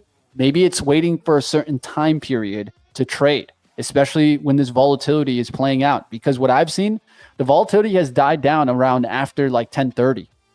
But where we've struggled a lot is that first hour of the market. And that tells us that day traders are not being patient, right? So we need to learn from these moments. I think it's important there. So the RIP is sometimes a negative, but if you can turn it and really focus on your trading, you can make it a positive, guys. Well, the other thing I would look at as opposed to patient too is, and it will be a painful exercise, but I think it'll be important, is for the rest of today, open up a paper trade account or whatever and start taking trades as you normally would, and just see if you would have ended up making money today, and do that repeatedly every time you get stopped out, right? Don't go to the paper trader and start to trade that as well. Because what you're trying to do is you're trying to say, okay, if today and these days, you say kind of 1 day a week, would turn into a stop out, it's probably just too big, right? It's probably just too big trading. You should just be trading smaller and give yourself kind of more of that room and more of that breathing area, so that you could end up, taking those trades a little bit smaller, and then you'd still have room to continue to trade. So yeah, I think a stop out once a week is probably a little bit too much. Probably means you're just trading too big, which probably, means when you're doing well, you're going to have to give up some of those gains in return.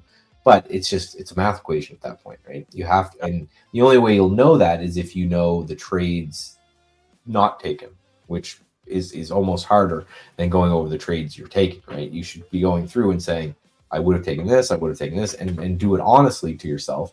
And then at the end of the day, you'll have a good number to say, okay, because sometimes maybe getting stopped out is a good thing. It just stopped you from going on tilt. It stopped you. You just weren't feeling it today. Whatever your game plan was going in today was just bad game plan. And it's good that you got stopped out, because you would have continued to lose. But you don't know that until you know what you would have done next, right? So keep trading, just trading paper, right? All right, one of the top movers today, having a hell of a day. HUMA, not too bad, up 24% from the intraday market. I'm looking around in the intraday market to try to find what's doing well today. Let's look around here. All right, let's signal this out here. And I'm actually looking to see what is actually maybe doing well. IonQ up 5%. So it's a lot of names that are in the gutter, at least from what I'm seeing, like BBAI, IonQ, right? Rigetti, micro Ponzi scheme. Yeah, well, that makes some good points up, right? So yeah, the Ponzi scheme must be doing okay. Yeah, the Ponzi is doing well. VIX holding in here on a bounce pattern on the 5 minutes, so it's not looking good here, guys. We're starting to really find some buying in the VXX. It has multiple wicks in the bottom there around the 84, and it's holding well there, guys. This could be like the repeat of yesterday, but that's where it gets tough, right? I'm actually taking the opposite trade. I didn't expect to see the VIX kind of hold on to that 84, and we're still holding on pretty well there. Could take out the 88 and actually really start to climb. I think the SPY has one chance here. Maybe the 9 EMA hold at 495 and then to take out a 500 again. But if we start to break that 9 EMA on the 15, I might have to go, guys. So it's not looking good on the SPY here. It is still developing, so we'll have to wait and see. But, man, a 15-minute chart is what I'd be watching, especially in the action that I'm seeing right now. Well, what's interesting, right? So this is the VWAP from the crash low. You can see, right, support right here, right, support right there for a second, came right back to it today and starting to fade off it, right? So again, this just represents the average price of people who started to buy that met the crash low.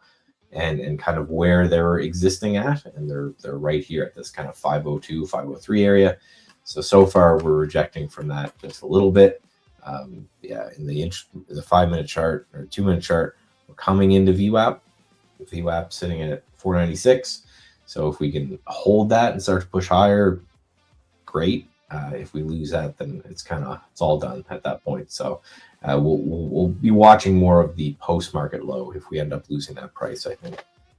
But yeah, just again, it's choppy. It's volatile chop, but it's certainly just choppy, because if you look at this, right, the range from the lows to the high today, it's over 2%. That's a wide range for the SPYs compared to what it normally is, which is like 0.25%. Right? So you're talking 10% wider ranges, but it's not going anywhere. It's just not going anywhere in an incredibly volatile manner. So if you feel like you're getting chopped up, makes sense, right? Because we're not going anywhere. We're just not going anywhere in a spectacular fashion. Yeah, and it's a tough trading, and I think a lot of this is just that we're one tape bomb away from either side moving, right? It looks like China's Ministry of Culture and Tourism on Wednesday issued a risk alert for Chinese tourists traveling to the United States on its official website, citing a recent deterioration in China-U.S. economic trade, as well as domestic security situation for the U.S. So there you guys have it. That was put on Global Times on X. So China pretty much telling you, don't come to the U.S. They're putting out all the negative out there. That's for sure. Market's not reacting so to that. The question is, right? If we can't break those lows with all the negative, the only kind of path is up, right? That was my whole idea for looking at China when I was buying China earlier in the year, that all the negative news was out there and it was going up. So I think that'll be interesting, I guess. Oh, I got to ask you on that, Mike. Are you still holding China on that longer trade? Some, not nearly as much. You got out some of it, I'm sure, because I mean, Baba and with Bob on this candle when it broke down that's out tough, of the space. man. That's tough, especially because it was doing so well. Well, yeah. So I was in from 87, right? I almost could have had a double, and then got out around the 100, 115 or so in most. Still have some, and the idea is I'm gonna try to buy back again. Right? So I'm not done with the trade. I'm done with the position, not the trade, if that makes sense. So I'm out, but I'm looking for to get back in, and it will probably happen the same time the market bottoms, right? Whenever this is done, it'll continue to do whatever happened. But I just seen this tweet. I don't know if it's real, but the president of the United States is using his official Twitter account to pump the stock. So DJT pump. This is, again, I just saw this pump it up. Pump Twitter, it up. but this is just. I got you, man. Trump Media TV streaming app rolls out in Canada and Mexico. Trump Media announces TV streaming apps are now available in both Canada and Mexico. So there you go, my friend. You can go watch your Trump Media TV. I'm so excited to do that. Yeah, I know you were looking forward to that this morning. TMTG, they call it. So there you guys have it. The Truth Plus mobile app is now available. Great. But yeah, so when you get the president pumping the stock, maybe it's something to take a look at. Something tells me he'll lose his power to do this pretty quickly. Right? Remember that roaring kitty guy, right? Every time you tweet, he'd pump it a little less, and he'd pump it a little less, and now no one cares about him anymore. You can only cost people so much money. He's pumping it. He's pumping it all right, but can't come after him. At least that's what I would say. I mean, crime's legal, so you might as well just blatantly pump and dump a stock. Well, right now, foreign bribery is you're allowed to bribe foreign officials, so you might as well be pushing on these tariffs right now. Hey, well, you want a Tesla? We might need to lower those tariffs. It's wild. I was watching. It's a wild world we live in, man. A wild world we live in, where certain things are allowed, certain things aren't. I just don't understand it sometimes. I feel bad for CoffeeZilla. I don't know if you watch any of his stuff, but he's like spends his day trying to expose crypto frauds, and he just put out a video yesterday. He's like, I don't know what to do anymore. It just seems like crypto scams are perfectly legal. So I'll keep telling you guys about them, but crime's legal now. So right, go do some crime. No, I mean, that's just how it is at certain times, guys. It's just how it is. And it's more, do you get it? Do you get, and the truth is that it's not a justice system. It's a law abiding system, guys. We don't believe in good justice. That's just not the way the world works, guys. It's just more about following laws. Laws change though. And so you got to make sure that you're abiding by the laws and just trying to work the environment that we're in. Same way in trading, right? You got to, trading dynamics change. You got to work the trading environment that we're in. Right now, the trading environment that we're in is uncertainty and changing dynamics, but those can all change back, right? And so you need to be just looking at the dynamics of how things are working out. And we all know what this is all about. It's just a deal-making tactic. The only question that I think a lot of traders have is, will the tactic work? That's what I think a lot of people are more concerned about, is that the tactic is not working here and that we're not seeing countries break. Like, just be like, no, but US, you are everything. We need to give you everything. Well, that's what hasn't happened. And until that happens, I think there's still uncertainty in the market. But you will see some countries break, because at the end of the day, they still need the USA. Maybe. So that's the real question is, right? Do coalitions across other countries work enough, right? And that's, from someone in Canada, that's what our prime minister is currently proposing. Right? He's going to go meet with the leaders of the EU and potentially say, okay, well, we don't sell the States our lumber anymore. We ship it over to the EU. We ship it over to Asia. Can these other countries play ball enough? I think is the really big thing. Can we all get together and hold hands and say, okay, we'll just cut America out, and that's going to be the big thing. So again, I still am firmly in the camp that we're going to fast forward a month from now. He's going to have gotten whatever concession that he feels like. It's like what happened in Canada, right? There's going to be these massive tariffs in Canada. We said, okay, well, we'll do something at the border. And then it was funny because it was what we were doing coming anyway. Back here. Let's see if the SPY can do it for me. I need a little trend day on the opposite side of the game, guys. Let's see what happens, guys. Yeah, we're holding VWAP pretty well. That was a nice little wick. Nice wick attempt and nice support hold. 498s have been holding all day on the SPY. Now I'll look to see if those 498s can kind of hold in, really kind of put a stand at that 498 now, and take 500, right? 500 big watch here. Let's see if we can take 500 and move quickly to the intraday high, right? You want to see that kind of be a big bar, bullish engulfing candle on this pullback, recovered the 9 and take it. We'll see what happens here, guys, on the SPY. Yeah, so far, right? Here's 500. Let's go. Let's get it. I like looking at the CFD sometimes, just because it has 24-hour trading and just shows you, right? We came back down into this wick. So far, there's buyers. The thing, and I was chatting with a buddy of mine who's a technician. He said the thing this craziness showed you, right? The market ripping 6% on a tweet, is that there's a lot of people waiting to buy. Right, because the second, hey, there's a pause on tariffs, and you just rip that much, just shows you that it's not. There are people waiting, and they want to put money to work. They're just waiting for the news to calm down. So, and that's the dynamics. That's the dynamic of the way the market works, guys. There's always money trying to come to the markets, not running away from the markets. The majority of money is going to the markets. Why? Because they're looking for a return, right? And so the only thing that you can ask yourself is the TINA trade dead, right? Things like that, right? And where rates stay higher, and so money stays in savings accounts and CDs because they're looking for the alternative. That's the concern, I think, here that is also at play, because where do you look for return in the market this year, right? It might not be in the market. It might be elsewhere, right? For some risk-free. type of game, right? And so I think that's one thing that you need to be asking yourself, what's money doing right now, right? Is it going to go and look to try to get back into the markets, or do they expect rates to come down? So that's why they're not at camp, right? I don't know, man. I think it's a battle here.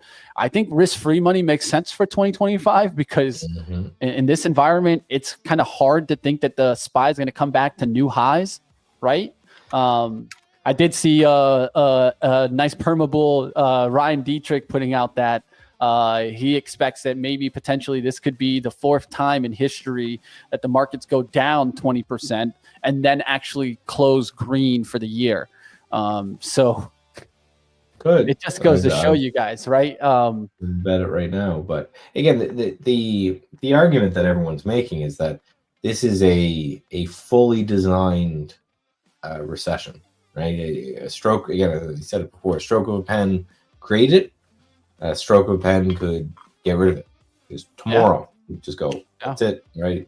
Tariffs are over, and then the market, in theory, should go roughly back to where it was before, probably a little lower because of the damage and the uncertainty. But the problem with holding your money in T-bills is this is what's happening to T-bills, right? They're just continuing to not be that safe haven asset. So that's why I think even more than something like T-bills is just straight cash, right? Just cash in your savings account, just because people have gotten burnt pretty bad with T-bills. Yeah, cash is king right now, guys. I think that I'm looking at it right now, guys. I don't really have the biggest long-term exposure. And I've been even like considering it right now as an opportunity, right? That's one thing that I will say. I think that in bear markets is times when you should be thinking about long-term investing, right? I think that it's usually the opposite that you hear out there, people buying long-term investments when the bull market's going on. Well, that's all great, but the truth is you get caught in the trends a lot of the times when you do that. You need to be thinking about when the market comes down. The good old Warren Buffett, I'd give it to him on that. When panic's in the street, that's probably usually the best time, right? That's why I was asking about the chart that I asked about earlier today. Where are we in the panic, right? Is this the everybody sell moment, right? I don't know if we've had that moment already. Those are things that you need to be asking yourself, right? Have we had that everything sell moment? And I don't know if we have had that yet. Another thing that I'm asking myself is, I still haven't heard anything about China or the US or Russia comment on Zelensky's messaging from yesterday about how China was starting to join the war. Watch out, because if there's anything that hits the tape about China joining the war with Russia, this market gets it could get a limit down on that mention. And so I'm not trying to put fear in the market, but there's a lot of uncertainty at play here, guys. So it's hard you're guessing in directions. That's what you're doing. I'll tell you right now, you're guessing in directions. So it's all about guesstimate, right? Guesstimate, right? Like, what is my risk? What is my chance? And I'll take the chance, right? That's the truth about trading. There's no guarantees. Nobody knows if the market's going back up. No one knows if the market's going down. The only thing that helps the bulls, of course, is just time always says the market comes back, right? And so the odds are to bet to the upside at some point, right? Now the question is if that point is today, right? The odds are there. I will say that. Always there. Yeah. Well, it's one of those, do you think America's dead? Right, that's the if your answer is yes, then you know what you're betting. But you don't invest in America and move. Those are because you have to move, right? That was the same argument. I remember having all these same chats when I was a hedge fund manager in 2008. There was a guy who opened a hedge fund in the height of it when no one was opening hedge funds. Getting money everywhere he could and just putting it into banks and everything. Everyone's just like, you're insane. He's like, if my hedge fund blows up, the only reason my hedge fund blows up is because all these banks blew up, and that's the end of the world. So what do I care if my reputation is as a hedge fund manager is ruined? And then he ended up making multi 100% over the next number of years, and then retired rich and shut down his fund. It was just one of those moments always come in, and it was the same with COVID, right? Moments always come in where it's like at the end of the world is the bull case.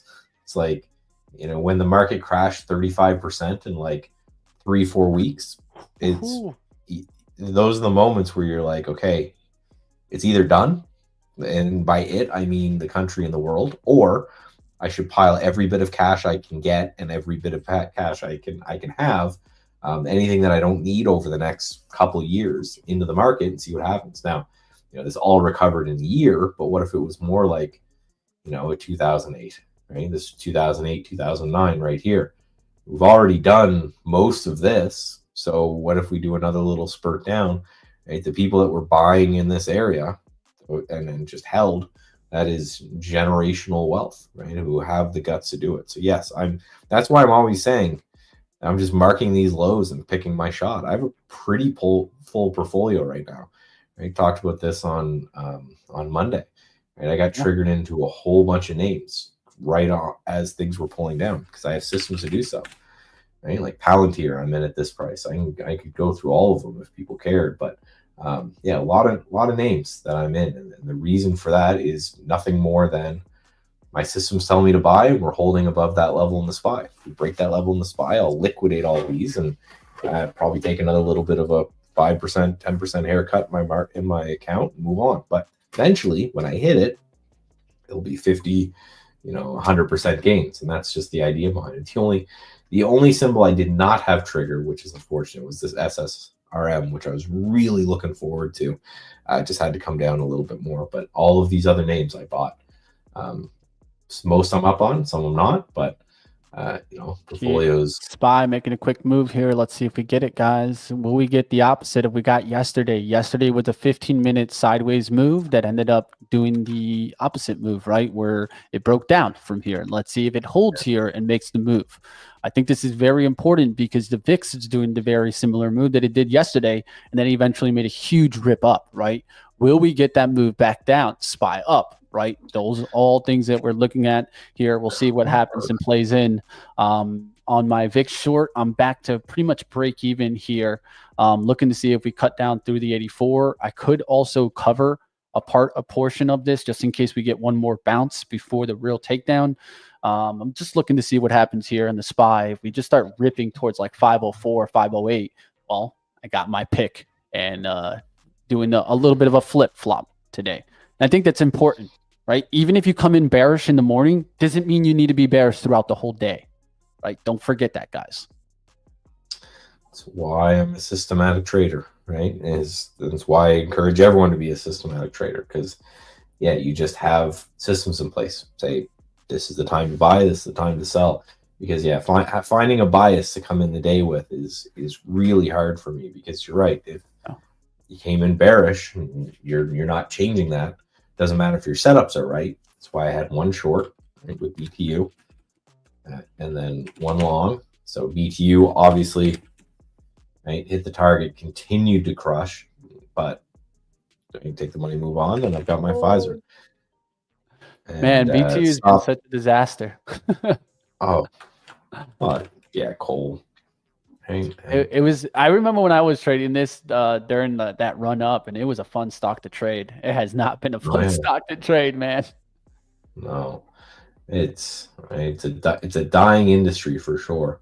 And yeah, that gap up fade again. I wish I could say I got all that, but right there's the blue arrow entry for a short. There's getting out and move on, and then Pfizer I have to the long side. Again, just looking for kind of overextended type plays here. So. Working on another strategy. I'll talk about that a little bit more if that ends up coming to fruition, but so far, not so much. So,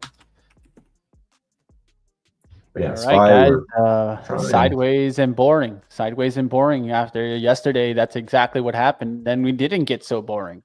So be careful on those lunch spots today, guys. Gotta know those lunch spots, man. I do think these are the most dangerous markets for people because of the fact that, yes, it's not only not going anywhere, but the high volatility nature that I talked about earlier, right? The fact that, again, from from low to high is over 2%. This is where, as someone who worked at prop firms for ages, this is where most people got in trouble because they just didn't have the patience to sit there and do nothing. Because you're looking at these moves and you're saying, well, these are massive swings in the market. I should participate. There's a lot of money being left on the table. And that kind of thinking would get them to participate in trades that they shouldn't. And that hurt even more than, big spikes down or big spikes up. Because it's easier to stay out of a big spike down. Because as the market's just tanking, you get over the desire to try to pick a bottom very quickly in your trading career. But when you see something like this, and every time it looks like it's going to break out, and if it breaks out, it could be a really, really nice move. It just becomes really hard. And this is what, like Mitch, for example, is still in the same VIX trade for a long period of time, right? He's just hanging made out. my bet. There's my stop loss. There's my profit. I'm going to go with the problem people get is the in and out, in and out, in and out on the way up. That can just be an incredibly dangerous thing. Just eats you up, right? Especially if you're tight on your risk here. This is why I talked about looking at things like ATR, right? Because if you're not weighing in the volatility in your decision and you're just like, I'm going to risk off the prior candle's high, this is an easy way to overtrade during this market. And then when you want to take a trade, you end up like myself yesterday or Eli like today, right? Where the trade goes in your direction that you were looking at. But when does it happen? After you're already out of ammo. That's what I've been seeing a lot of when you're out of ammo. And then when you're out of ammo, you get left watching moves. Watching moves is not fun. Like watching yesterday's VIX run was not fun for me. I'll be as honest as I can be, right? Because if I would have played it patiently and I would have played it with the right size, I could have had an all-day runner. And those are the trades that I feel are the real equity-defining trades. If you're able to stick to one of those, find one of those every now and then, well, guess what? Even those RIPs aren't going to be that bad if you can get every now and then a, let's say, 8-to-1 look, right? Where you got an 8 reward for a 1 risk. This is where I think it's important to understand, how do you ride trends like that, right? How do you maybe leave a stop and let it run, right? Things like that I think are very important. And in this market, it might make sense to go like big into momentum, quick profits, and leave a runner. That's the way that I'm seeing a lot of it. So when I get these quick momentum moves, drive on that momentum, take some quick profits, and look to see if it keeps going. Because what are we seeing? Drives and momentum, a little bit more, you get in, and then take down, right? Well, that's why when you get that little more, you're not taking that profits. I look at it as earlier today, right? When I was in even MBOT, I was up a little bit. I was getting a good little move, and then whoosh, right back down. Yesterday, the same thing with the VIX. I was up like a good 40, 60 bucks, 80 bucks, and all of a sudden, whoosh, right back down. This is the market where it can take the money from you. So you need to be able to also take little bits of money and then look for the bigger boom, right? Because if you would have got yesterday, taking some small cash, giving yourself a cushion, then you can take some hits. But if you don't have cushion on a day like today, your risk comes into play. And it almost feels like every trade you make is going towards the risk side. What does that tell us?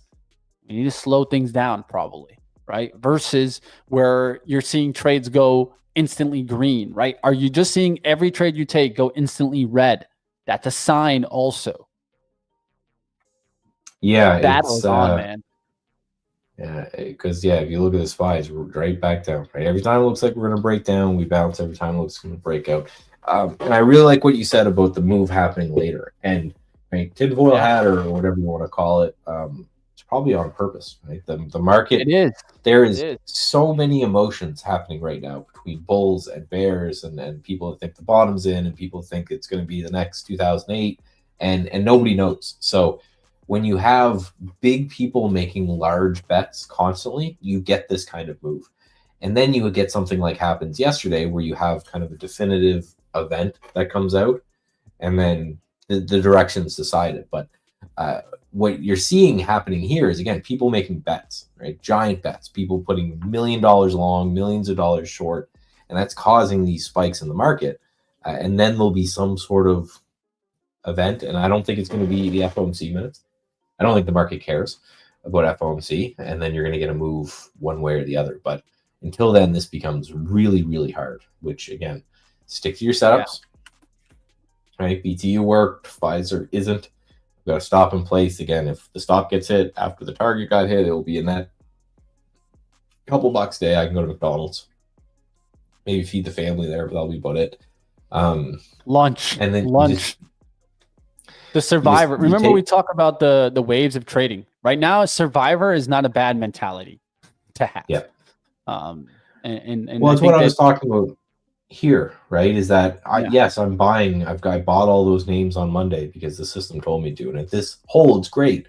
But yeah, I'm very much in a survivor mentality, which I'm just thinking, if that low goes, I know I'm going to take a hit, and I know what that hit's roughly going to be, and then I'm going to move on with my days. And then if we hold, it'll be great. So yeah, it's that staying alive till eventually the bottom is kind of insured, and then when it is, hopefully you've got a good name with some relatively strong stocks, and you can do something from there. But yeah, until then, just try to stay alive. Yeah, we're getting some more weakness here, guys. So might have to cut the position here on the VIX here. It's getting close to that trade here. The big thing, the only thing that I think could save here is kind of like 15-minute 9 EMA kind of holding in on the SPY and then eventually coming back through 500. So you just got to take bets. And I think part of it also is taking a bet, and sometimes you're going to win, sometimes you're going to lose, especially in this market. I feel like it's going to be a lot more of the times where if you try to fight that bet, that's where you're going to hurt yourself a lot. So you got to like take the bet and see what happens. Let the market do the heavy lifting for you. If it doesn't heavy lift, well, you get out, you take your hit, you move on. But if not, it's an easy recipe to just keep trying to push into the market in this type of environment. That's recipe for disaster, I think. Yeah, no, it's not the area to push it, right? Unless you've got some sort of wicked kind of mean reversion strategy that you're doing well, like nailing the tops and bottoms. There's just no trend here. Just look at this chart. There's no trend. You had a little bit of an opening range drive, and then ever since then, nothing's moved. You're right where you were in the first kind of 2 to 5 minutes of the market. Now, eventually, that might change like it did yesterday, but we were saying the same things here yesterday, that you had this opening range drive and then a whole lot of nothing. And then it let go and you know, down she goes. But it just gets very, very hard. So just, again, really reduce your size, really open up your stops. You know, I really like the idea of using ATR. Like Mitch was saying, the only thing I would change the time frame on ATR. Okay. I can show you what I mean here. And make it super short, right? So, because ATR defaults the last 14 days. Yep. Not that. And I'd make it much shorter. So, right. So for those who don't know, average true range essentially just represents, this is the average move each day over the last 14 days. But I would be more interested to see something like, I don't know, the last 5 days. And the reason for that is just to show this is obviously more important, what's happening recently. Yeah. You can go down to 1 day and you can just see, okay, these are the moves yesterday, and use some sort of average here. You can see it's gone from 15 to 40. And I would just use these spikes and know, hey, over these couple days, we've been doing anywhere between 30 and 40 points a day. And then you adjust your position size accordingly. This is why constant risk or R multiple trading, I think, is so huge, which, you know, so you look at something like Pfizer and BTU from today. I'm risking, say, $100 on each of these trades. Well, it doesn't matter if it's a crazy volatile stock. If it was a, you know, insanely volatile name, then again, just $100 just to make the math easy. You're going to be trading maybe only a handful of shares. And then if it's a really slow name, you're going to be trading multiple hundreds of shares, and you're just adjusting it based off of the range that's already taken place. I think it's not only a good idea, I think it's absolutely paramount in this market. Either do it yourself or do it through some sort of systematic approach, which again, ATR would be, and just say, okay, this is how I'm going to utilize range, or, you know, stops at high days, low days. We know they're not ideal places to put stop losses because it's where everyone does, but it gives you a good bet of saying this is what, you know, so for $500 risk on Pfizer, it would be 1,000 shares. If we did something like the BTU, right, it'd be only 400 shares. So again, you're just adjusting it based off how volatile the stock is, and you're able to do that pretty easily. And if it's hard to do that kind of math, then find some tool to help. Again, ATR is a great one, but just adjust your position sizing according to volatility, because there's nothing saying too that this volatility has to continue until news is resolved. We could just live in this state of chaos where the ATR could continue to decrease, and we could just live between 524 and 482 for a couple weeks. We could just kind of consolidate here. That would shrink the ATR, and then you want a system to make sure that you're expanding your trade size accordingly. This kind of risk management talk, I know, is not sexy, but it really is absolutely everything when it comes to not sexy. Yeah, of course. No, that's what risk management is. It's not a term that gets brought up with the big moves. Of course, that's just reward outlook. I think risk management really just defines day traders. Really, at the end of the day, it's what's going to separate your equity curve, right? Everybody sees equity curves go down. The best traders limit the down actions, right? That's why I always talk about let's not let one trade make or break us. If we have that mentality, we can be safe. When we start to try to make one trade make us, that is opening us up to danger. When we try to let one trade break us, then we're just letting one trade literally ruin all our hard work. Right. So don't forget that, guys. I think what you should be thinking is on both sides, right? I'm not going to let one trade make me. So I'm not going to go and just put all my eggs in a basket on one trade, but I'm also not going to let that one trade break me. And in this environment, it's especially important to not let one trade break you, because easily it can ruin your confidence. And the number one thing that I think is important as a trader is to keep that confidence. Once you lose that confidence, I'll tell you right now, you might as well become a copycat trader, because at that point, you're going to not be able to trust your own instincts. And one thing is building in kind of your own mentality of what you want to go after, right? Even if you're systematic, you're going to have to either probably adjust to where the system takes the trade for you, because your decision making is just in the gutter, right? And so we need to be building ourselves and confidence. That's what I think Michael also does really well by building systems. He gets the confidence not from his own ability, but from the system itself, right? And I think that that's the important thing. Where's your confidence, guys? Where's the skill level?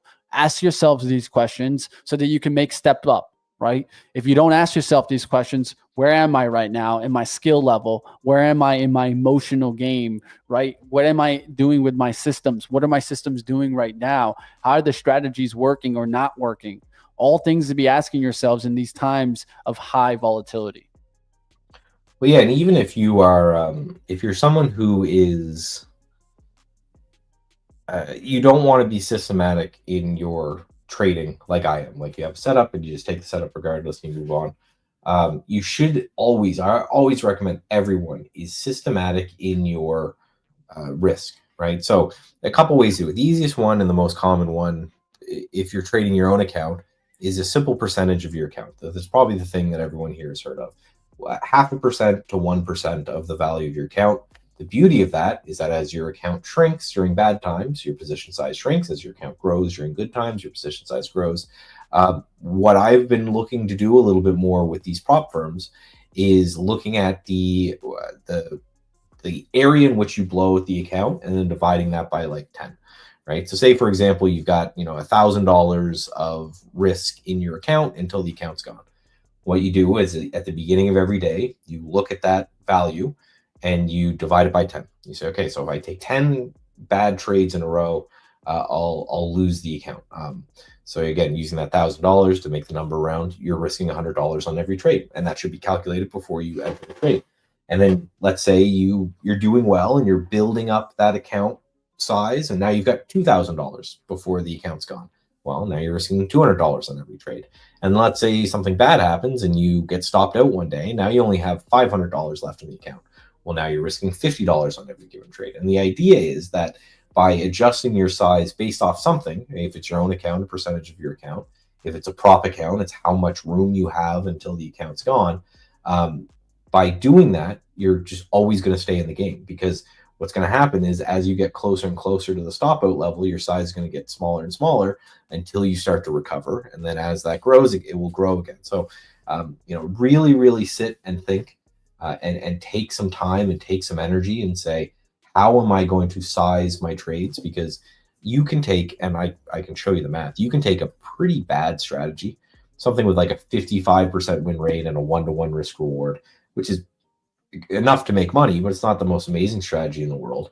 And with the right position sizing, that can make you a whole lot of money. And with the wrong position size, you can get absolutely killed. So, systematize, again, the risk side of thing, if nothing else. And it's one less thing to think about. If you know how much you're going to risk on every trade before you hit the button, it's just one less thing to think about when it's time to hit the button. So you can spend more time focusing on the charts and the setup and the news or whatever it is that you end up trading. All right, guys, we might get this liquidity move here, and then we'll look to see if we get some reversal. But the VIX is trying to shoot up here, guys. So just be careful out there, traders. We'll see what happens here, guys. It's going to be a tough one. That's for sure. Yeah, we are under VWAP. Pretty much back to the open, right? The opening price is right here. So we're pretty much back to the open. And then through that, the only thing left to look at is the pre-market low. If we end up losing that pre-market low, that's pretty significant because if you zoom out, that is very close to the ultimate low, which is kind of 480.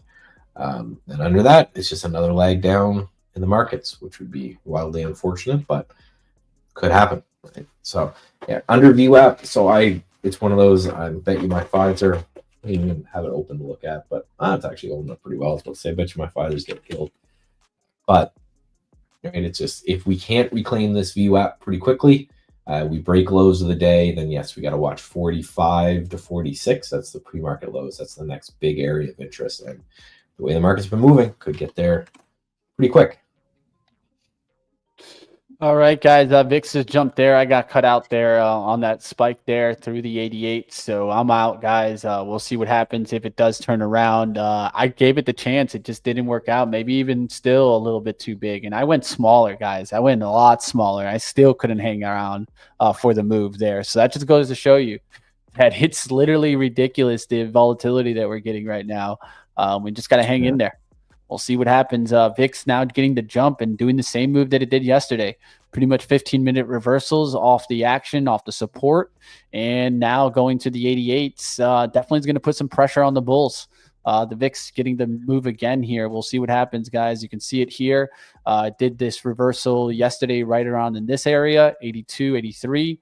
We went right back to that area today and found buyers right back in the same area. So right back into that hourly support. You're finding buyers. And right now, I think what we need to start looking at is just using hourly charts to try to help us out so that we don't buy or sell anywhere in the middle of the charts. You don't want to be in the middle right now in any chart.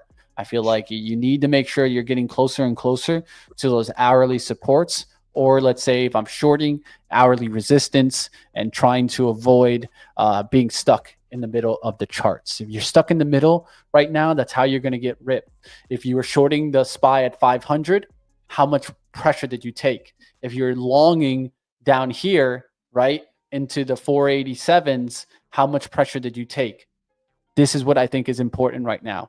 Using hourly charts or further time frames to try to help you with the risk to reward setups that can at least help you get into a setup where you're getting in through these wicks and getting in, let's say, shorting through that wick versus just trying to catch the middle of the chart, like going long here 495.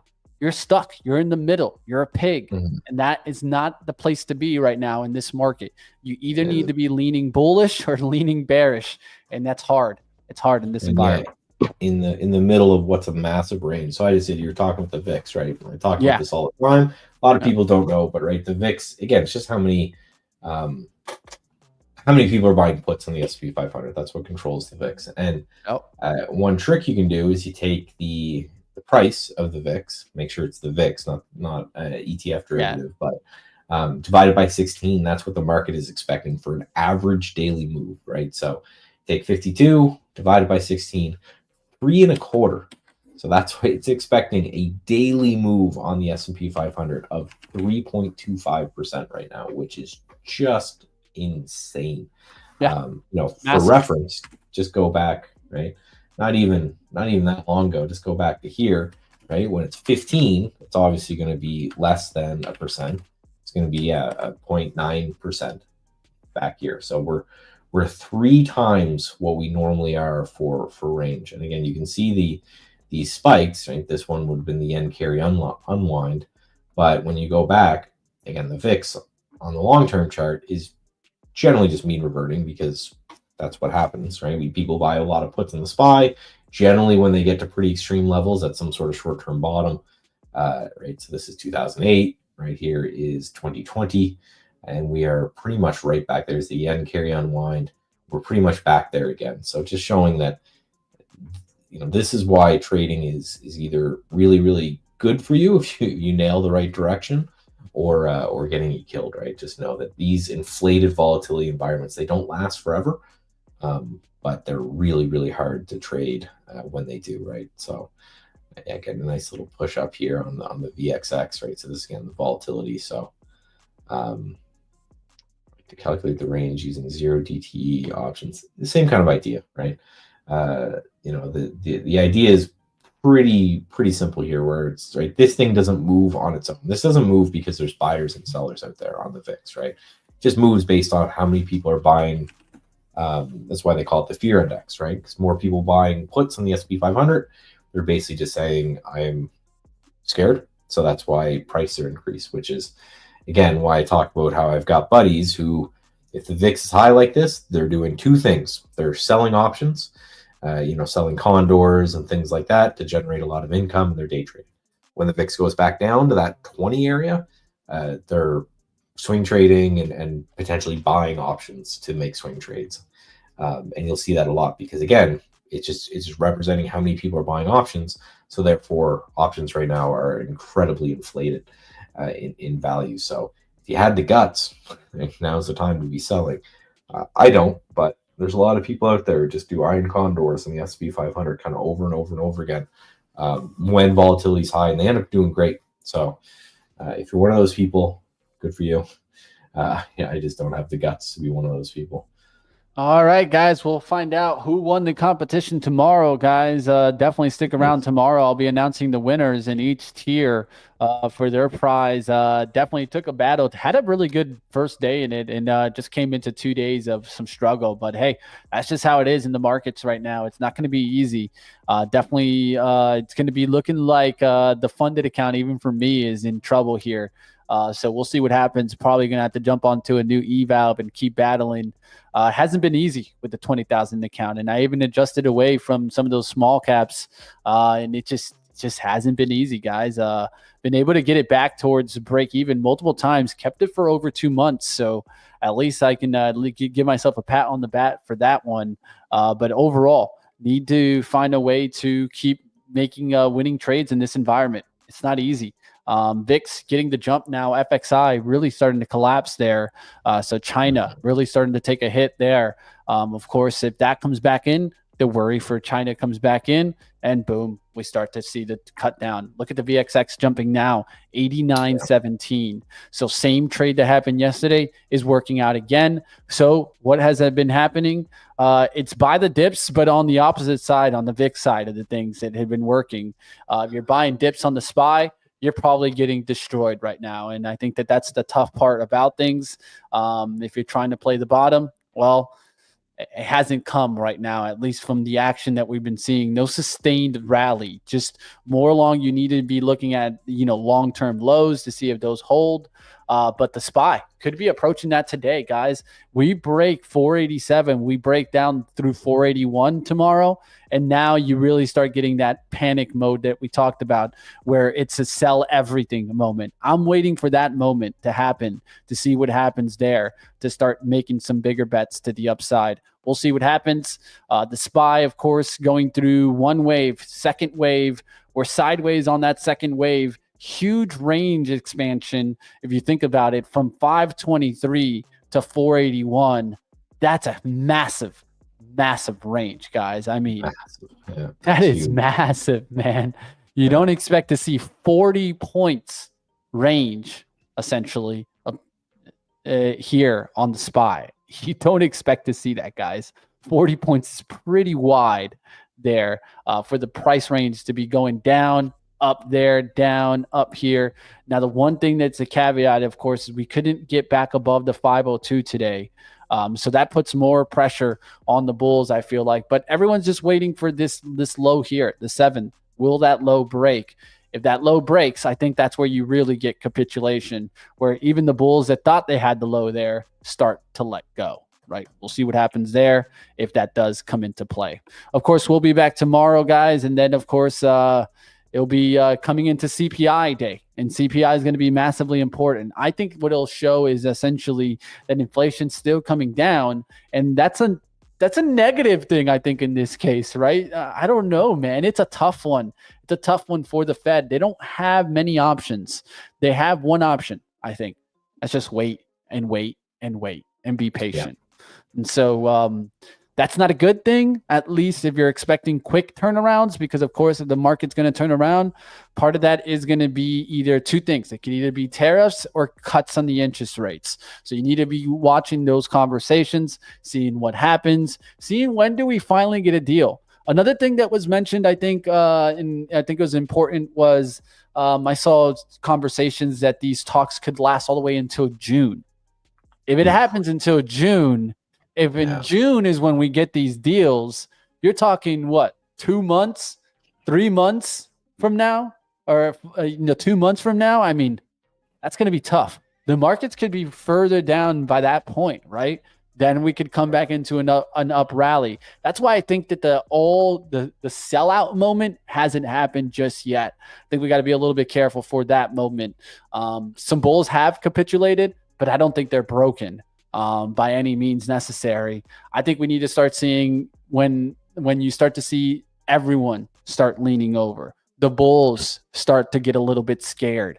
I don't think you've seen the bulls get scared yet. The bears are singing in the street. They can't be wrong because they're in the middle of the chart right now. But I think that's the tough part right now, is deciding what happens next, guys. Be safe out there. We'll be here along for the journey, whether it's up or down. The fun part is there's always opportunities to make money, even on the downside. So maybe you need to start adjusting strategies and looking for strategies, not necessarily trading them, but how can I trade in this environment? We'll see what happens. Like always, guys, winning strategies for high volatility environments. We talked about it, a lot to do with understanding the volatility and your share size. We'll see you next time right here, and keep battling out there, Mark. Keep battling in the markets. It's not easy, guys.